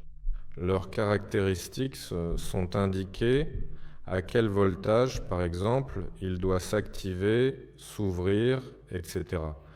Ils ont été achetés, soudés, et lors des tests en laboratoire, cette fonction sur la carte ne fonctionnait pas et tout semblait normal. Sur place, Gecko, une fois que tout a été monté et mis en marche, rien ne fonctionnait du tout. On a commencé à chercher pourquoi, on a tout vérifié et on a découvert qu'en fait, dans le datasheet de cet élément, je ne me souviens plus comment il s'appelle, les valeurs étaient différentes, c'est-à-dire qu'il fallait une autre tension, etc. On a tout dessoudé, soudé d'autres composants, et demain on repart pour tout réinstaller. Bref, c'est un processus long, complexe, itératif, mais tout avance dans la bonne direction. Est-ce qu'on va voler demain? Bien sûr que non, on ne volera pas. Demain, nous allons y insérer les contrôleurs et le dirigeable va reprendre vie. Son système WGS ne fonctionnera plus de façon forcée, mais automatiquement. Les hélices vont se mettre à tourner, chacune commencera à tourner indépendamment, il va remuer la queue, mais après cela, il y aura encore plein de choses intéressantes. Tout d'abord, le montage final.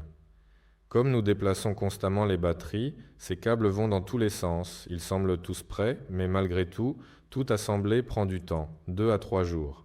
Mais étant donné qu'il n'y a pas de chauffage dans le hangar et que les doigts gèlent, tout cela prendra un peu plus de temps. Et je pense que nous commencerons les premiers vols d'essai très bientôt. Les vols d'essai, ça ressemblera à ceci. À condition tout d'abord qu'il n'y ait plus aucun « mais », bien que je connaisse un « mais » qui pourrait survenir, ce sont les servomoteurs à l'arrière, sur l'empennage. Vadim Vassilievitch a installé sur la Nova 01 des servomoteurs puissants et imposants. Ils étaient surdimensionnés, mais je comprends d'où cela vient. Sur l'O30 ou l'O12, bref, sur les dirigeables précédents, ils surchauffaient, c'est-à-dire que, selon les calculs, ils faisaient face à toutes les tâches, ils fonctionnaient apparemment bien au sol et en vol, mais soudain, au bout d'un certain temps, certains servomoteurs s'arrêtaient. Avec le temps, il s'est avéré que c'était une surchauffe. Ils passaient en sécurité, refroidissaient, se rallumaient, tout refonctionnait. C'est pas marrant quand quelque chose tombe en panne en vol. Quand ça se rallume, c'est sympa. Quand ça s'éteint, ce n'est pas marrant. Vadim Vassilievitch, par précaution à cause de ses expériences passées, de telles machines plus puissantes. Les servomoteurs seront installés ici et tout fonctionne parfaitement. Dimitri Sergueyevitch n'a pas eu cette expérience douloureuse, donc il a pris des moteurs bien plus petits. Bien sûr, dans le manuel du moteur, il est écrit que tout est conforme. Oui, quel couple sur l'arbre, tout ça. D'après les calculs, tout correspond, mais bien sûr, il faut prendre en compte que le couple indiqué est probablement un couple chinois, tout comme les vols chinois inscrits sur les batteries qu'il mentionne. Il faut en tenir un peu compte. Et étant donné qu'il y a eu pas mal d'imprécisions en général, eh bien, je ne sais pas. Et si jamais les machines ne fonctionnent pas, bien sûr, on en prendra rapidement d'autres, on en a, mais ça va encore nous faire perdre un peu de temps. J'espère qu'elles fonctionneront. Même si elles tombent en panne, on fera des approches. Tout cela ressemblera à ce qu'on a fait sur la Nova 01 à Novinky. On sort le dirigeable par temps calme, L'air est immobile, il est amarré chez nous. Dima met en marche les hélices. Le dirigeable décolle. Dima coupe les hélices, il atterrit. Voilà, on observe comment il se comporte. Ensuite, un peu plus loin, un peu plus haut, et ainsi de suite. Mais ici, il y a aussi un petit problème. C'est que la Nova 01 est pratiquement équilibrée. Il atterrit. Lentement, en douceur. Doucement, oui. Et cet appareil rigide, ici, il sera sans doute impossible de faire de tels décollages. Décoller et atterrir à la verticale. Mais cet appareil a un mode de transition. C'est-à-dire qu'au moment où la Nova 01 pivote ses hélices, elle peut en quelque sorte les éteindre, pivoter les hélices, passer de la poussée verticale à l'horizontale, les rallumer et avancer tranquillement. Ici, c'est ce mode de transition. Ce sera très intéressant de voir comment l'appareil va se comporter.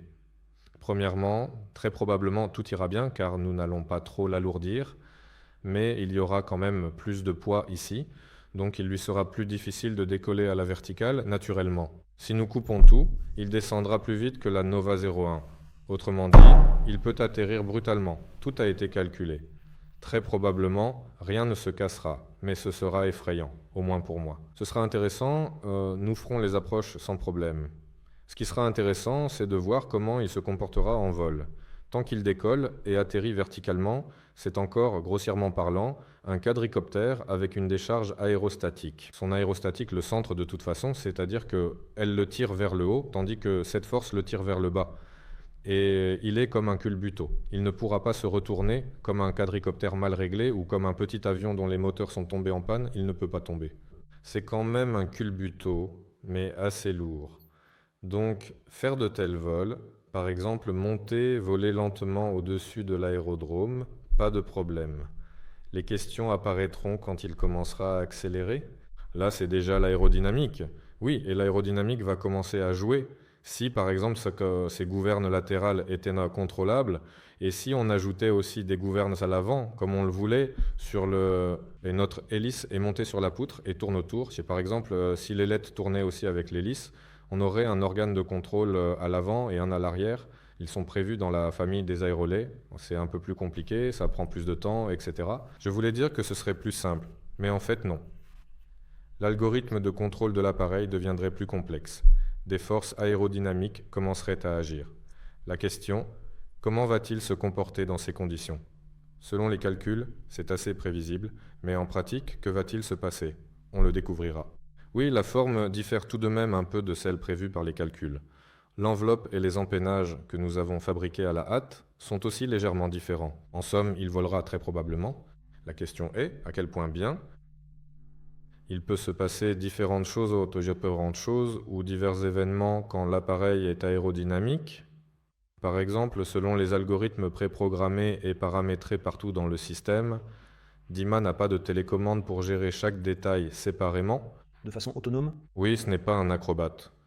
Nous programmons tout de même que s'il appuie sur le côté, les hélices ajustent leur poussée différemment. Elles pivotent, les ailes s'inclinent. Nous intégrons certains algorithmes. Tout peut arriver. Dima veut qu'il vole vers l'avant, mais lui, par exemple, à cause de son aérodynamique, va essayer de partir dans une autre direction.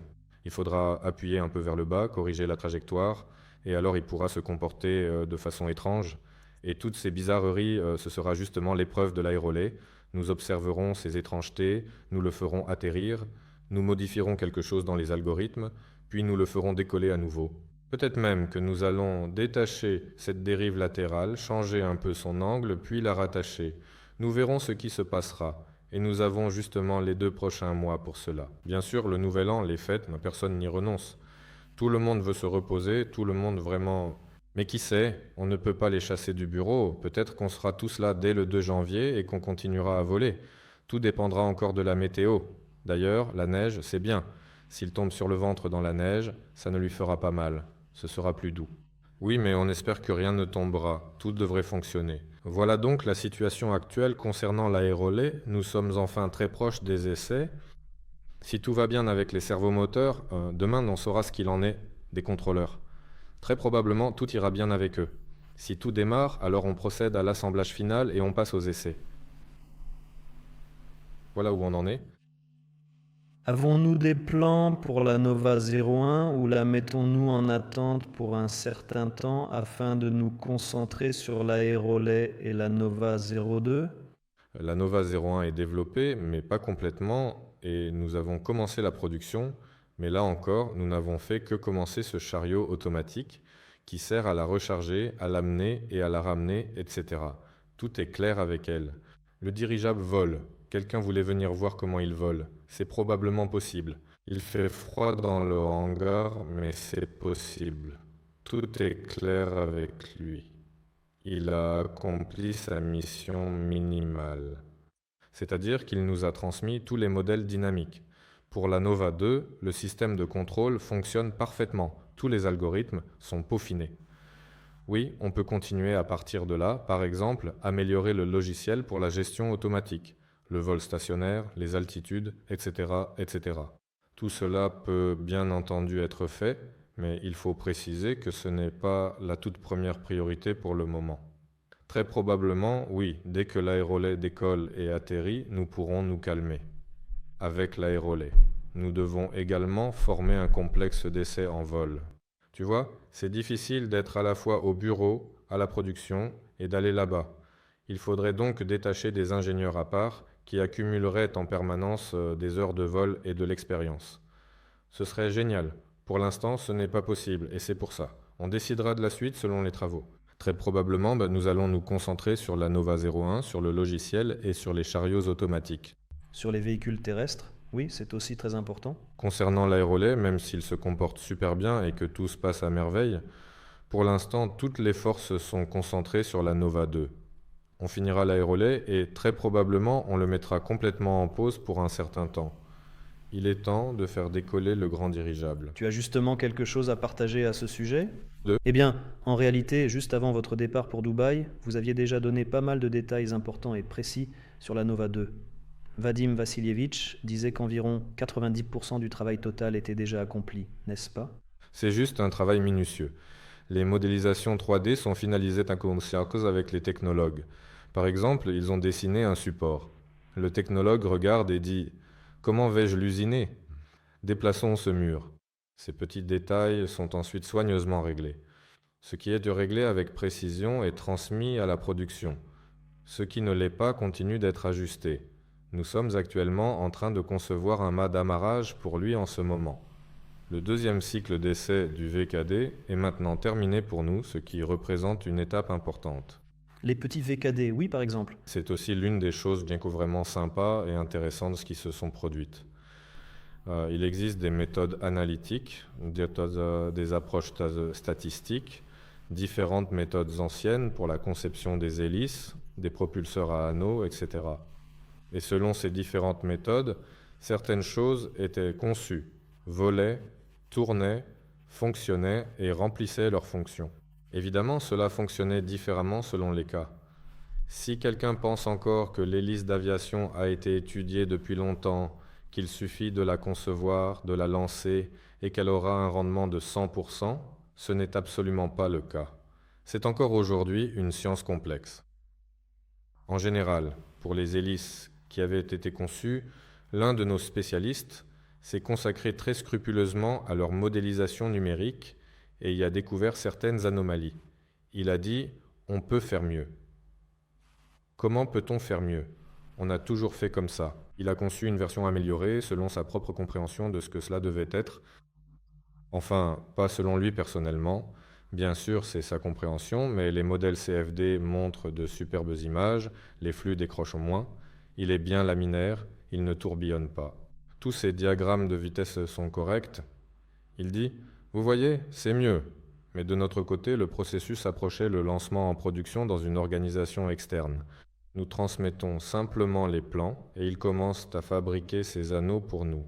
Pour l'instant, le processus a été mis en pause et ils ont longuement débattu entre eux. Finalement, ils ont simplement imprimé deux jeux, l'un comme ceci, l'autre comme cela. Évidemment, il ne suffit pas de simplement les réduire, cela ne montrera rien. On a recalculé le petit anneau selon la méthode classique, puis selon la nouvelle méthodologie. On en a testé un, déménagement. Le déménagement terminé, on a testé le second tout récemment. Et oui, le nouvel anneau est 30% plus puissant. C'est génial, c'est super qu'on n'ait pas commencé à fabriquer l'ancien.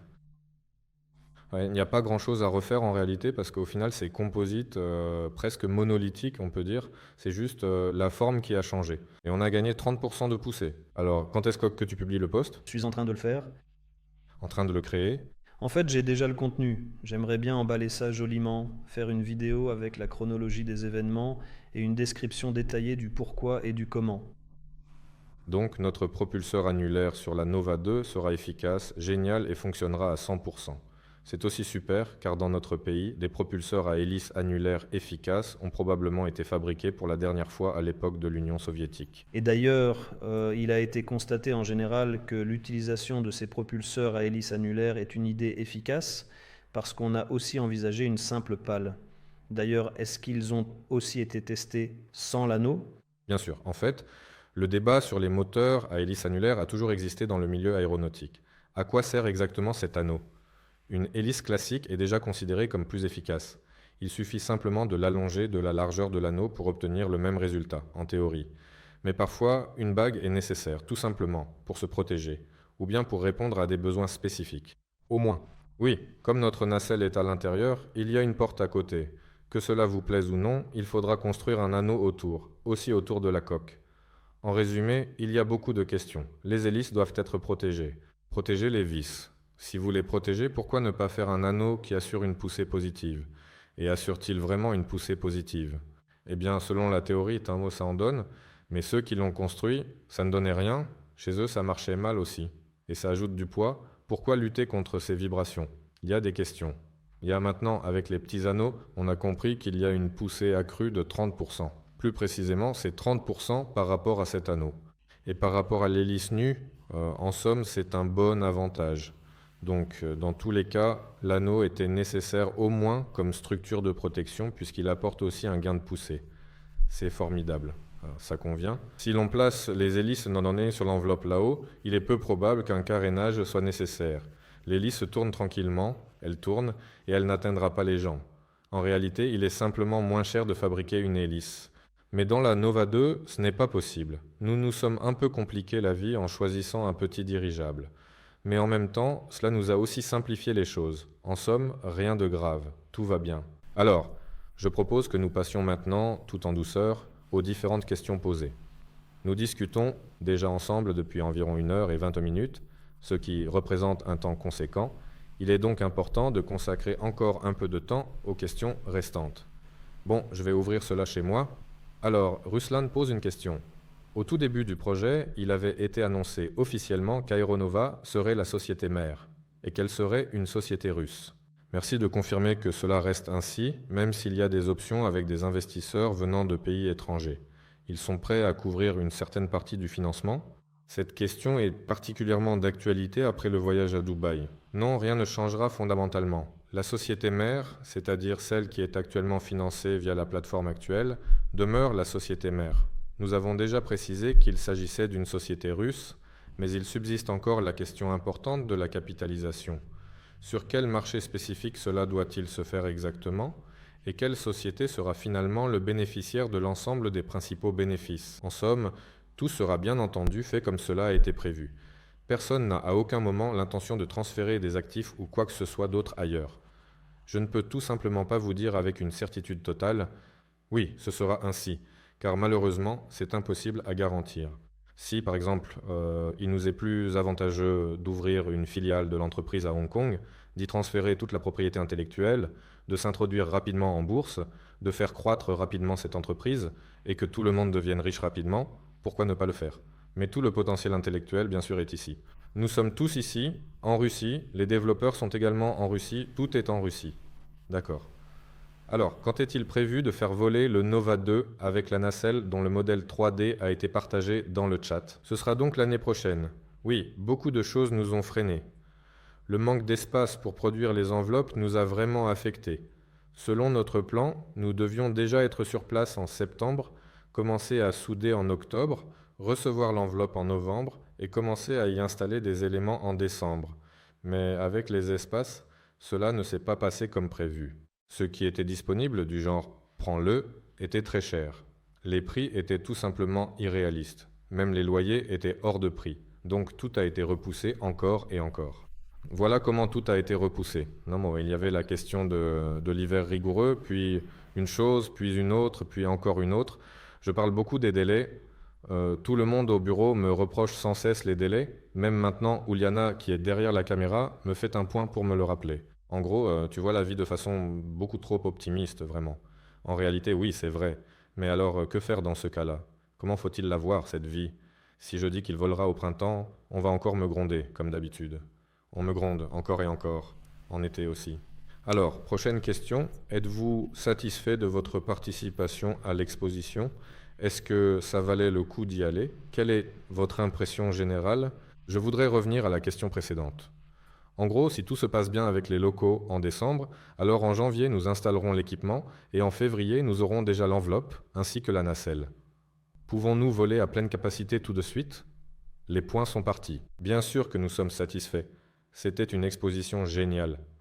Nous avons vraiment fait sensation dans le monde entier. Tout le monde est venu nous voir. Même des pilotes de chasse russes, des gars de Boeing et des gens de la NASA sont venus.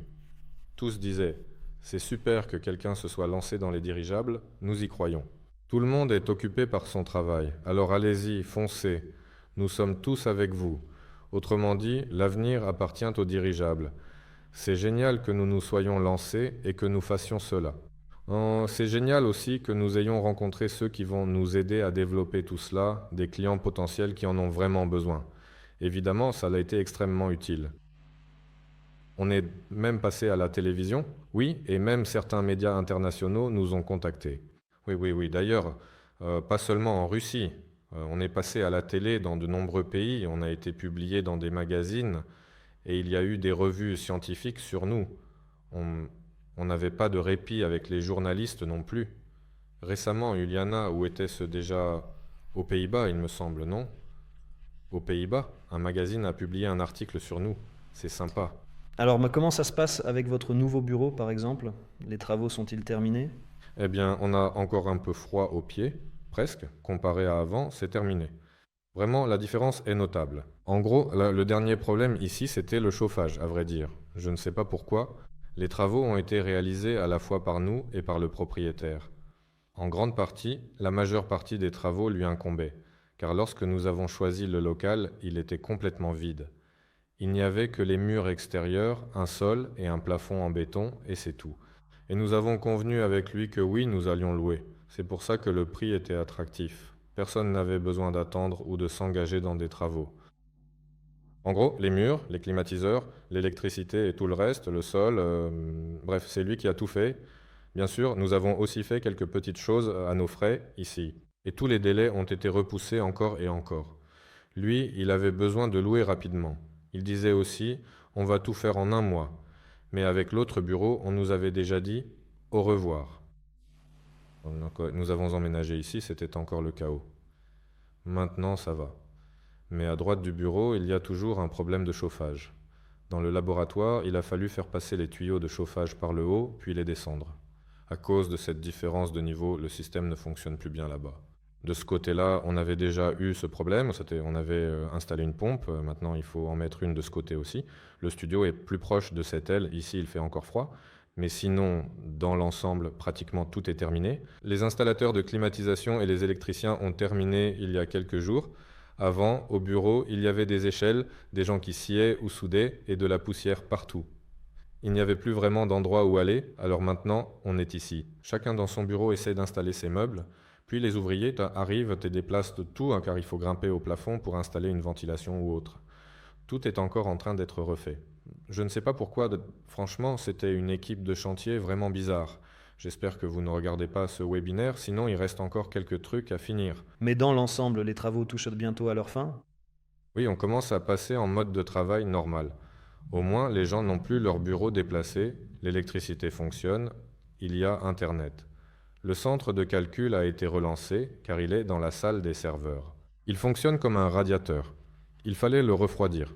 Ce n'est que la nuit dernière que nous avons mis en marche la climatisation dans la salle des serveurs et lancé le calculateur. Les analystes ont à nouveau de la puissance de calcul. Dans l'ensemble, les postes de travail sont prêts. Il reste quelques détails à régler pour que l'entrée dans le bureau soit agréable et esthétique, et non comme si on trouvait des déchets de chantier. Il ne reste vraiment qu'une petite touche, une goutte. Alors, prochaine question. La technologie sera-t-elle protégée d'une manière ou d'une autre? Comment la coopération sera-t-elle mise en place et organisée? Les nœuds critiques seront-ils développés en interne ou en Russie?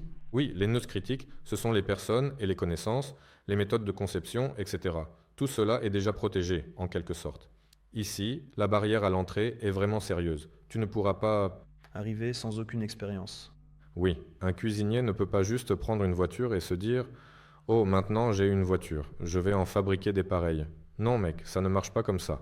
Bien sûr, il faut aussi breveter certaines solutions de base, breveter les apparences extérieures, les noms, les designs, les principales configurations. Tout cela est clair. D'ailleurs, nous nous sommes animés après que, hier, Milad a trouvé ce site où des ingénieurs de SpaceX annoncent qu'ils vont construire des dirigeables. Les passionnés de dirigeables se sont vite réveillés. Mince, ils ont plein d'argent, ils sont en train de tout breveter à la chaîne. Ça va être difficile pour nous, il faut qu'on s'y mette aussi. En somme, bien sûr, tout cela était prévu, évidemment. Et apparemment, il va falloir accélérer à cause de ces gars-là parce qu'il n'y avait pas vraiment de vrais concurrents jusqu'à présent. Et ces acteurs avec de l'argent, ils stimulent à avancer un peu plus vite dans cette direction. Mais en réalité, on est encore très loin et il faudra beaucoup de temps avant d'arriver à des litiges de brevets ou à une quelconque protection. Qu'on commence déjà par construire un dirigeable. Et ensuite, on verra bien qui a volé quoi à qui. Mais il n'y a personne à qui voler parce qu'il n'y a rien à voler. Tu peux, en quelque sorte, breveter à l'avance toute une série de solutions différentes et variées, couvrant de nombreux cas possibles. Mais à quel niveau de détail doit être la revendication pour vraiment aller chercher la petite bête? Votre dirigeable est rigide, mais les Allemands ont déjà breveté ça il y a 1000 ans. D'autant plus qu'actuellement, en Russie, en général, cette question est très complexe. Chez nous, elle en est encore à un stade assez embryonnaire. Il faut accélérer, c'est un fait. Il faut élargir l'équipe. Pour l'instant, il n'y a pas d'endroit, ou plutôt pas de moyens. Tout cela est encore en conception. Qu'il commence par voler. En ce moment, chez nous, en général, si l'on parle de protection, d'après ce que je comprends, la question pourrait être « Vous allez bientôt partir chez les Saoudiens. Comment allez-vous vous protéger là-bas » Là-bas, tout va bien, il n'y a aucun problème. Tout est réglé juridiquement, il est clair à qui appartient telle ou telle chose, à qui revient la première, la deuxième, la troisième part. Et au contraire, un grand partenaire important prendra la défense de ce produit commun ou de cette entreprise commune. Il n'a aucun intérêt à l'évincer. Il lui manque l'expertise dans de nombreux domaines. Au contraire, il a tout intérêt à protéger cette affaire. Donc, au contraire, cela jouera même en notre faveur. La seule chose, je pense, c'est que nous allons prendre plus au sérieux la question de la protection des logiciels. Nous allons prendre plus au sérieux la protection des droits des investisseurs. Je pense que c'est la bonne réponse. Oui, bien sûr. Alors, est-il possible de prévoir la possibilité de nouveaux investissements de la part de particuliers en cas d'issue favorable de la transaction avec le partenaire stratégique? Encore une fois, je n'ai pas tout à fait compris non plus. Peut-on prévoir de nouveaux investissements de particuliers si la transaction avec le partenaire stratégique aboutit? Je pense que si un grand investisseur arrive, je comprends. Demandez à Pavel Filipov. Très probablement, la stratégie n'a pas changé. Le crowdfunding continuera jusqu'à sa conclusion logique. Peu importe qui viendra ou partira. Nous en avons déjà discuté, même avec les Saoudiens. Ils disent « Mais vous vous développez à Moscou ?» Ils sont curieux. Ils disent « Oui, nous nous développons. » Ils disent « Mais pourquoi ne commencez-vous pas à construire quelque chose à Dubaï? Vous plaisantez ou quoi? Même si ici, disons, tu développes un certain processus, même si tu as un peu d'argent, même s'il y a un excédent de fonds, lancer des directions parallèles, cela représente tout de même d'énormes dépenses. Donc même si un partenaire stratégique arrive pour une partie internationale de ce business, nous avons encore assez de choses à faire ensemble, jusqu'à l'autofinancement, pour ainsi dire. Même si plus tard, il pourrait y avoir une expansion, pourquoi pas? Alors, où en est-on avec la maquette du Nova 35? Qu'en est-il de la maquette du Nova 35? Le Nova 35 vient tout juste de commencer sa deuxième phase d'assemblage. Les gars sont justement en train de l'assembler. Après le webinaire, on fera un petit tour en temps réel. Il est en cours d'assemblage. Et ils avaient dit que je commençais à l'assembler dans l'ancien bureau, mais le déménagement a obligé à le démonter. Maintenant que les meubles sont rangés et qu'il y a de la place, ils ont pu reprendre l'assemblage. En fait, ils ont commencé à l'assembler de façon inattendue. Je n'ai même pas compris comment. Hier, il n'était pas là, ni aujourd'hui. Et là, j'arrive, il est déjà à moitié monté. Je demande « Comment avez-vous fait? Pourquoi pas Guéna ?» Je crie « Guéna !» Et je réalise que le webinaire va commencer. En fait, la maquette du Nova 35 était déjà prête à ce moment-là. Maintenant, il y a simplement de la place qui s'est libérée pour elle, ce qui lui permet d'être installée. Il la remonte pour effectuer des essais. Ça a vraiment fière allure, bien sûr, et c'est vraiment impressionnant. Oui, il me semble que j'ai bien terminé, je n'ai plus de questions pour le moment. Je vais vérifier encore une fois, simplement pour être sûr. S'il n'y en a pas de nouvelles, alors nous allons conclure.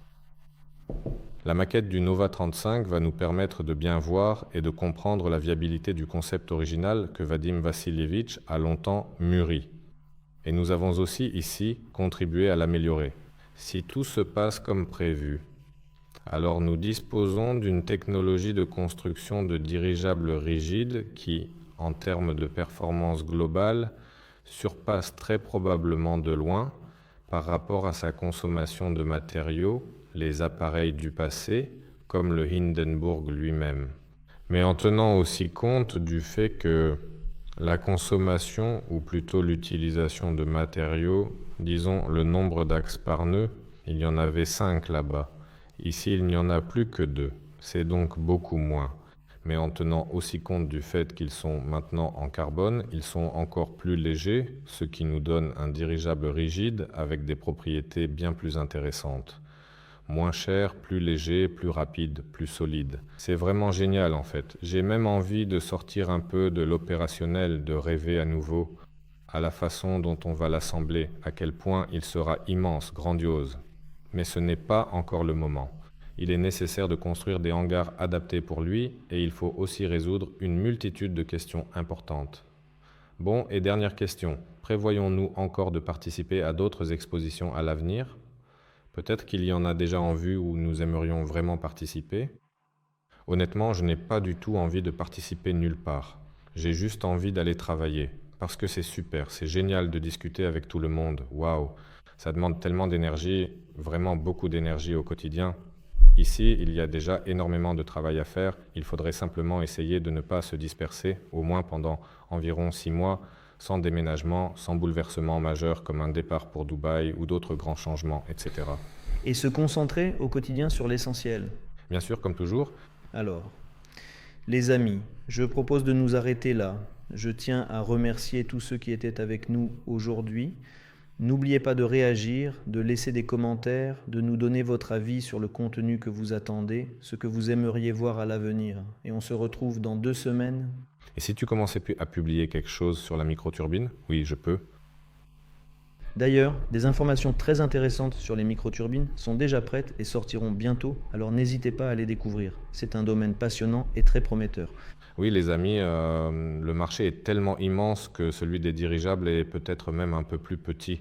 Oui, c'est amusant, mais il faut le faire. Moi, c'est aussi difficile. Mais heureusement, nos frères chinois sont évidemment prêts à aider. Là-bas, la principale question concerne justement la fabrication. En somme, pour maîtriser nous-mêmes la production de microturbines, la conception est maîtrisée, le centre de calcul bourdonne, les roues sont en calcul. Ce sont des artefacts intéressants avec lesquels, par exemple, je n'avais jamais eu affaire auparavant. Il y a par exemple la roue chaude d'une microturbine. Elle a une certaine taille, disons, je ne dirai pas laquelle. Comme ça, à peu près. Et quand elle atteint ses régimes de fonctionnement en termes de température et de vitesse de rotation, son diamètre augmente de 5 mm. C'est quand même... bon, tu fais tourner un bout de métal, il a sûrement un peu augmenté, peut-être même à cause de la chaleur, mais pas de 5 mm. C'est quand même... Et c'est fait en alliage résistant à la chaleur, le JS6U. Vous pouvez chercher sur Google ce que c'est. On peut même en faire des outils de coupe pour usiner du métal. Et il y a tellement de choses intéressantes là-dedans. Bref, ils ont conçu le projet, mais pour, disons, maîtriser la production et qu'elle soit entièrement à nous, clé en main, une telle entreprise coûte 1,5 milliard de roubles. Andrei Veniaminovitch a déjà fait ses calculs, c'est le principal concepteur de ces microturbines. Il vient d'une lignée de spécialistes des microturbines. Bref, il y a déjà eu des tentatives de créer de telles usines avec un financement public, etc. Je ne vais rien dire à ce sujet pour l'instant et probablement pas non plus à l'avenir. Une usine clé en main coûte 1,5 milliard, des fondations à la production en série. C'est une somme colossale, tout simplement irréaliste dans la situation actuelle. Mais par exemple, fabriquer séparément certains composants ici, là, et par exemple garder pour soi un petit procédé technologique, évidemment, l'assemblage et la mise au point pourront de toute façon être faits ici. Prenons l'échangeur de chaleur. Sur cette microturbine, l'échangeur de chaleur est une innovation. En général, l'échangeur de chaleur est un produit vraiment impressionnant, un objet à forte intensité scientifique. Il est utilisé absolument partout. Et la catégorie d'échangeurs de chaleur que nous avons conçue actuellement, même sans la microturbine, est déjà un produit en soi. Autrement dit, on aimerait vraiment en maîtriser la production. Mais pour cela, il faut tout de même de l'espace, des équipements spéciaux, des personnes, du temps, de l'argent, etc. Pour l'instant, nous envoyons les pièces séparément. Disons, à ceux-ci les arbres, à ceux-là les roues, là-bas les bagues, ailleurs les supports du compresseur, et là les supports de la turbine. Nous répartissons tout en différentes parties, nous regardons les prix, puis nous rassemblons tout. Maintenant, nous comprenons à peu près combien cela va coûter. C'est comme ça pour l'instant. Est-ce que cela se fait pour protéger une certaine propriété intellectuelle ? En partie, oui. Parce que, en fait, il faut dire que très peu de pays dans le monde sont en mesure de posséder de telles turbines. En réalité, personne n'en a vraiment. Les Japonais en ont, les Américains eux aussi, les Chinois essaient bonnement d'y parvenir. La Russie, quant à elle, n'a pas un tel produit, et le reste du monde non plus. Okay, c'est un domaine qui était vraiment très prometteur. Par exemple, prenons le cas des voitures hybrides modernes. Il y a un moteur à combustion interne, une batterie tampon et, disons, des moteurs électriques comme consommateurs principaux. Les roussées tournent, et si l'on retire ce moteur à combustion interne et qu'on le remplace par une microturbine de même puissance avec échangeur de chaleur, elle prendra moins de place. À partir d'elle, il existe même une voiture Li Xiang, par exemple la L9, des connaissances en ont une. On dirait une électrique, un hybride, tout ça, mais le moteur vibre quand même, il fait du bruit, tu l'entends ? C'est amusant quand il est en mode de génération supplémentaire, mais on l'entend vraiment beaucoup. Celle-ci, on ne l'entend pas du tout. Elle ne vibre pas du tout, et les Li Xiang, eux, ils vont assez souvent à l'entretien, principalement parce que le moteur tourne constamment à haut régime, ce qui fait que l'huile et d'autres choses importantes doivent être changées régulièrement. Celles-ci ont une durée de vie bien plus longue, l'intervalle entre les entretiens et le temps aussi sont plus importants. Globalement, c'est comme une étape suivante de développement. Pour la combustion du carburant et sa transformation en énergie mécanique ou électrique, la turbine avec échangeur de chaleur reste largement supérieure. Peut-on s'attendre à avoir ces voitures chez nous ? Oui, et elles arriveront bientôt. Et les Chinois vont en produire en masse, et chez nous aussi. Je vais vous dévoiler un peu les coulisses, bien sûr. En bref, il y a déjà des demandes très précises. Pour combien d'unités exactement, pour quelle puissance spécifique, pour combien de milliers d'unités au total et quelle puissance il leur faut en tant que prolongateur d'autonomie pour les véhicules hybrides électriques, y compris ceux de notre propre production nationale. Oui, en somme, le marché est immense et vaste, démesuré. Et par exemple, les turbines comme celles que nous venons de concevoir, c'est génial de les utiliser comme centrales électriques. Par exemple, sur les différents types de chantiers, lors de concerts ou encore dans des zones isolées, on utilise de manière générale principalement des groupes électrogènes diesel, etc. Qu'est-ce qui faisait du bruit ? Les générateurs à microturbines peuvent facilement s'intégrer sur ce marché et ils ont un énorme avantage par rapport aux moteurs diesel. Ils démarrent même par des froids extrêmes, ils fonctionnent même mieux par temps froid, ils peuvent tourner avec absolument n'importe quel carburant. Il faudra bien sûr faire quelques réglages, mais on peut même les faire fonctionner avec de la poussière de charbon. Oui, c'est là leur avantage. Bref, c'est un produit sérieux. Il est prévu qu'il soit utilisé dans les dirigeables.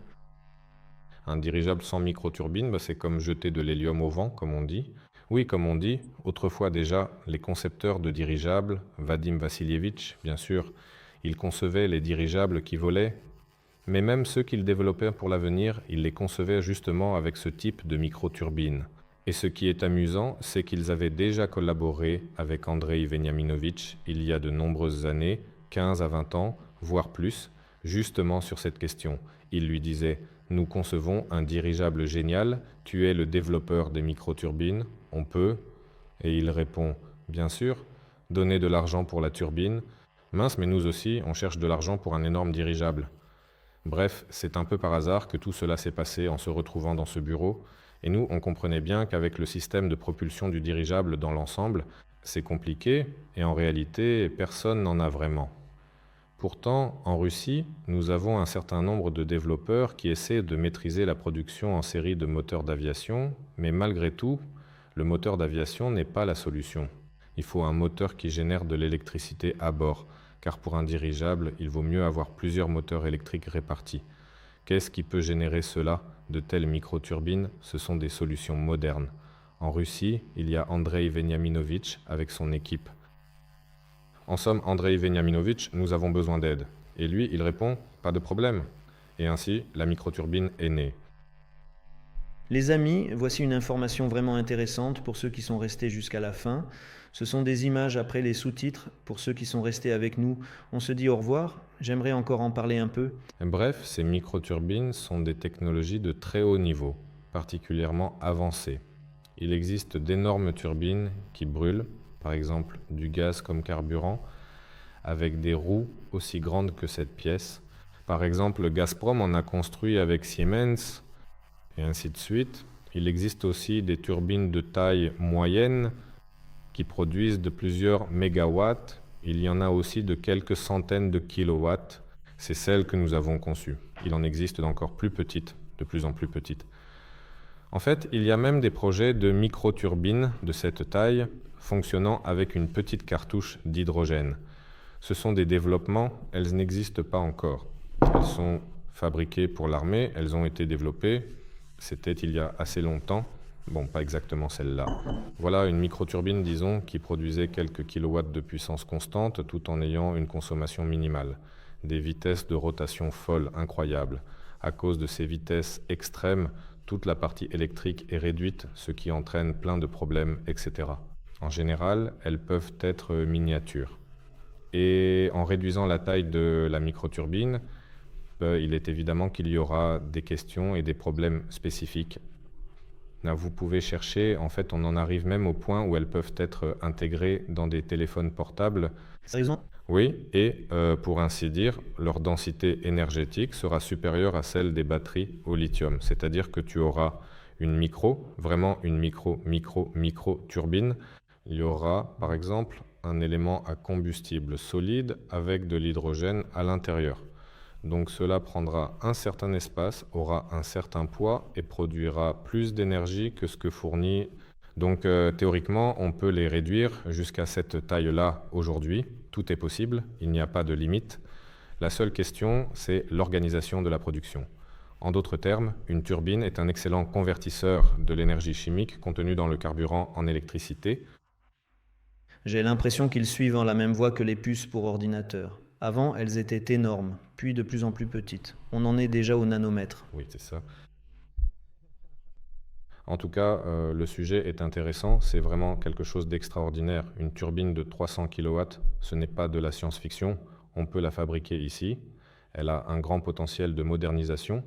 Nous allons d'abord la faire avec des roulements classiques. Si ce sont des roulements classiques, il y a de l'huile, etc.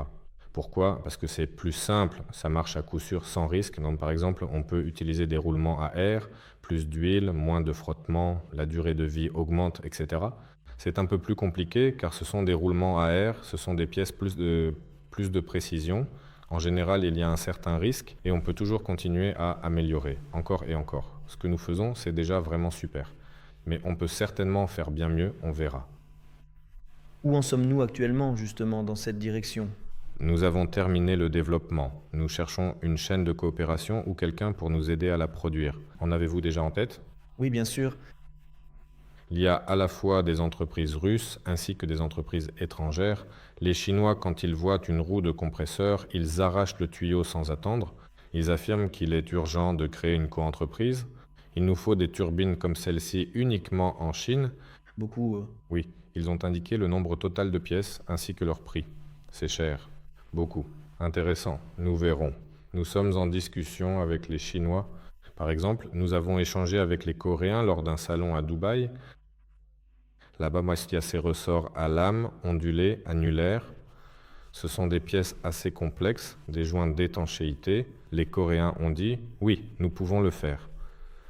Ce salon nous a aidés, il nous a permis de trouver cela. Il y a aussi des joints en carbone, toutes sortes de petites pièces, mais ce sont aussi des produits intéressants, à forte valeur scientifique, qu'on ne fabrique pas à la va-vite sur un tour par Ivan Petrovitch. Nous évaluons en général le coût de leur production. C'est bien entendu pour l'avenir. Nous sommes tous concentrés sur la Nova 2. Elle fonctionne avec un moteur à essence UL Power. Il n'y a rien à inventer là-bas. Les risques sont vraiment minimes. Tout a déjà été inventé. Il ne nous reste plus qu'à concevoir autour. Bon, voilà. Les amis, on reste en contact avec tout le monde. Nous, on retourne au travail. Oui, dans 2 semaines, nous serons de retour à l'antenne. Alors rejoignez-nous. Nous parlerons de quelque chose de nouveau et passionnant. Oui, harcelez Guéna pour les nouvelles, qu'il publie plus souvent. Ce sera fait. Voilà, au revoir à tous. Oui, merci beaucoup à tous les amis et à très bientôt. Il était une fois un rêve. Rêve du ciel, du vol sans entrave, des voyages à travers le monde. Et nous l'avons réalisé. Mais à quel prix ?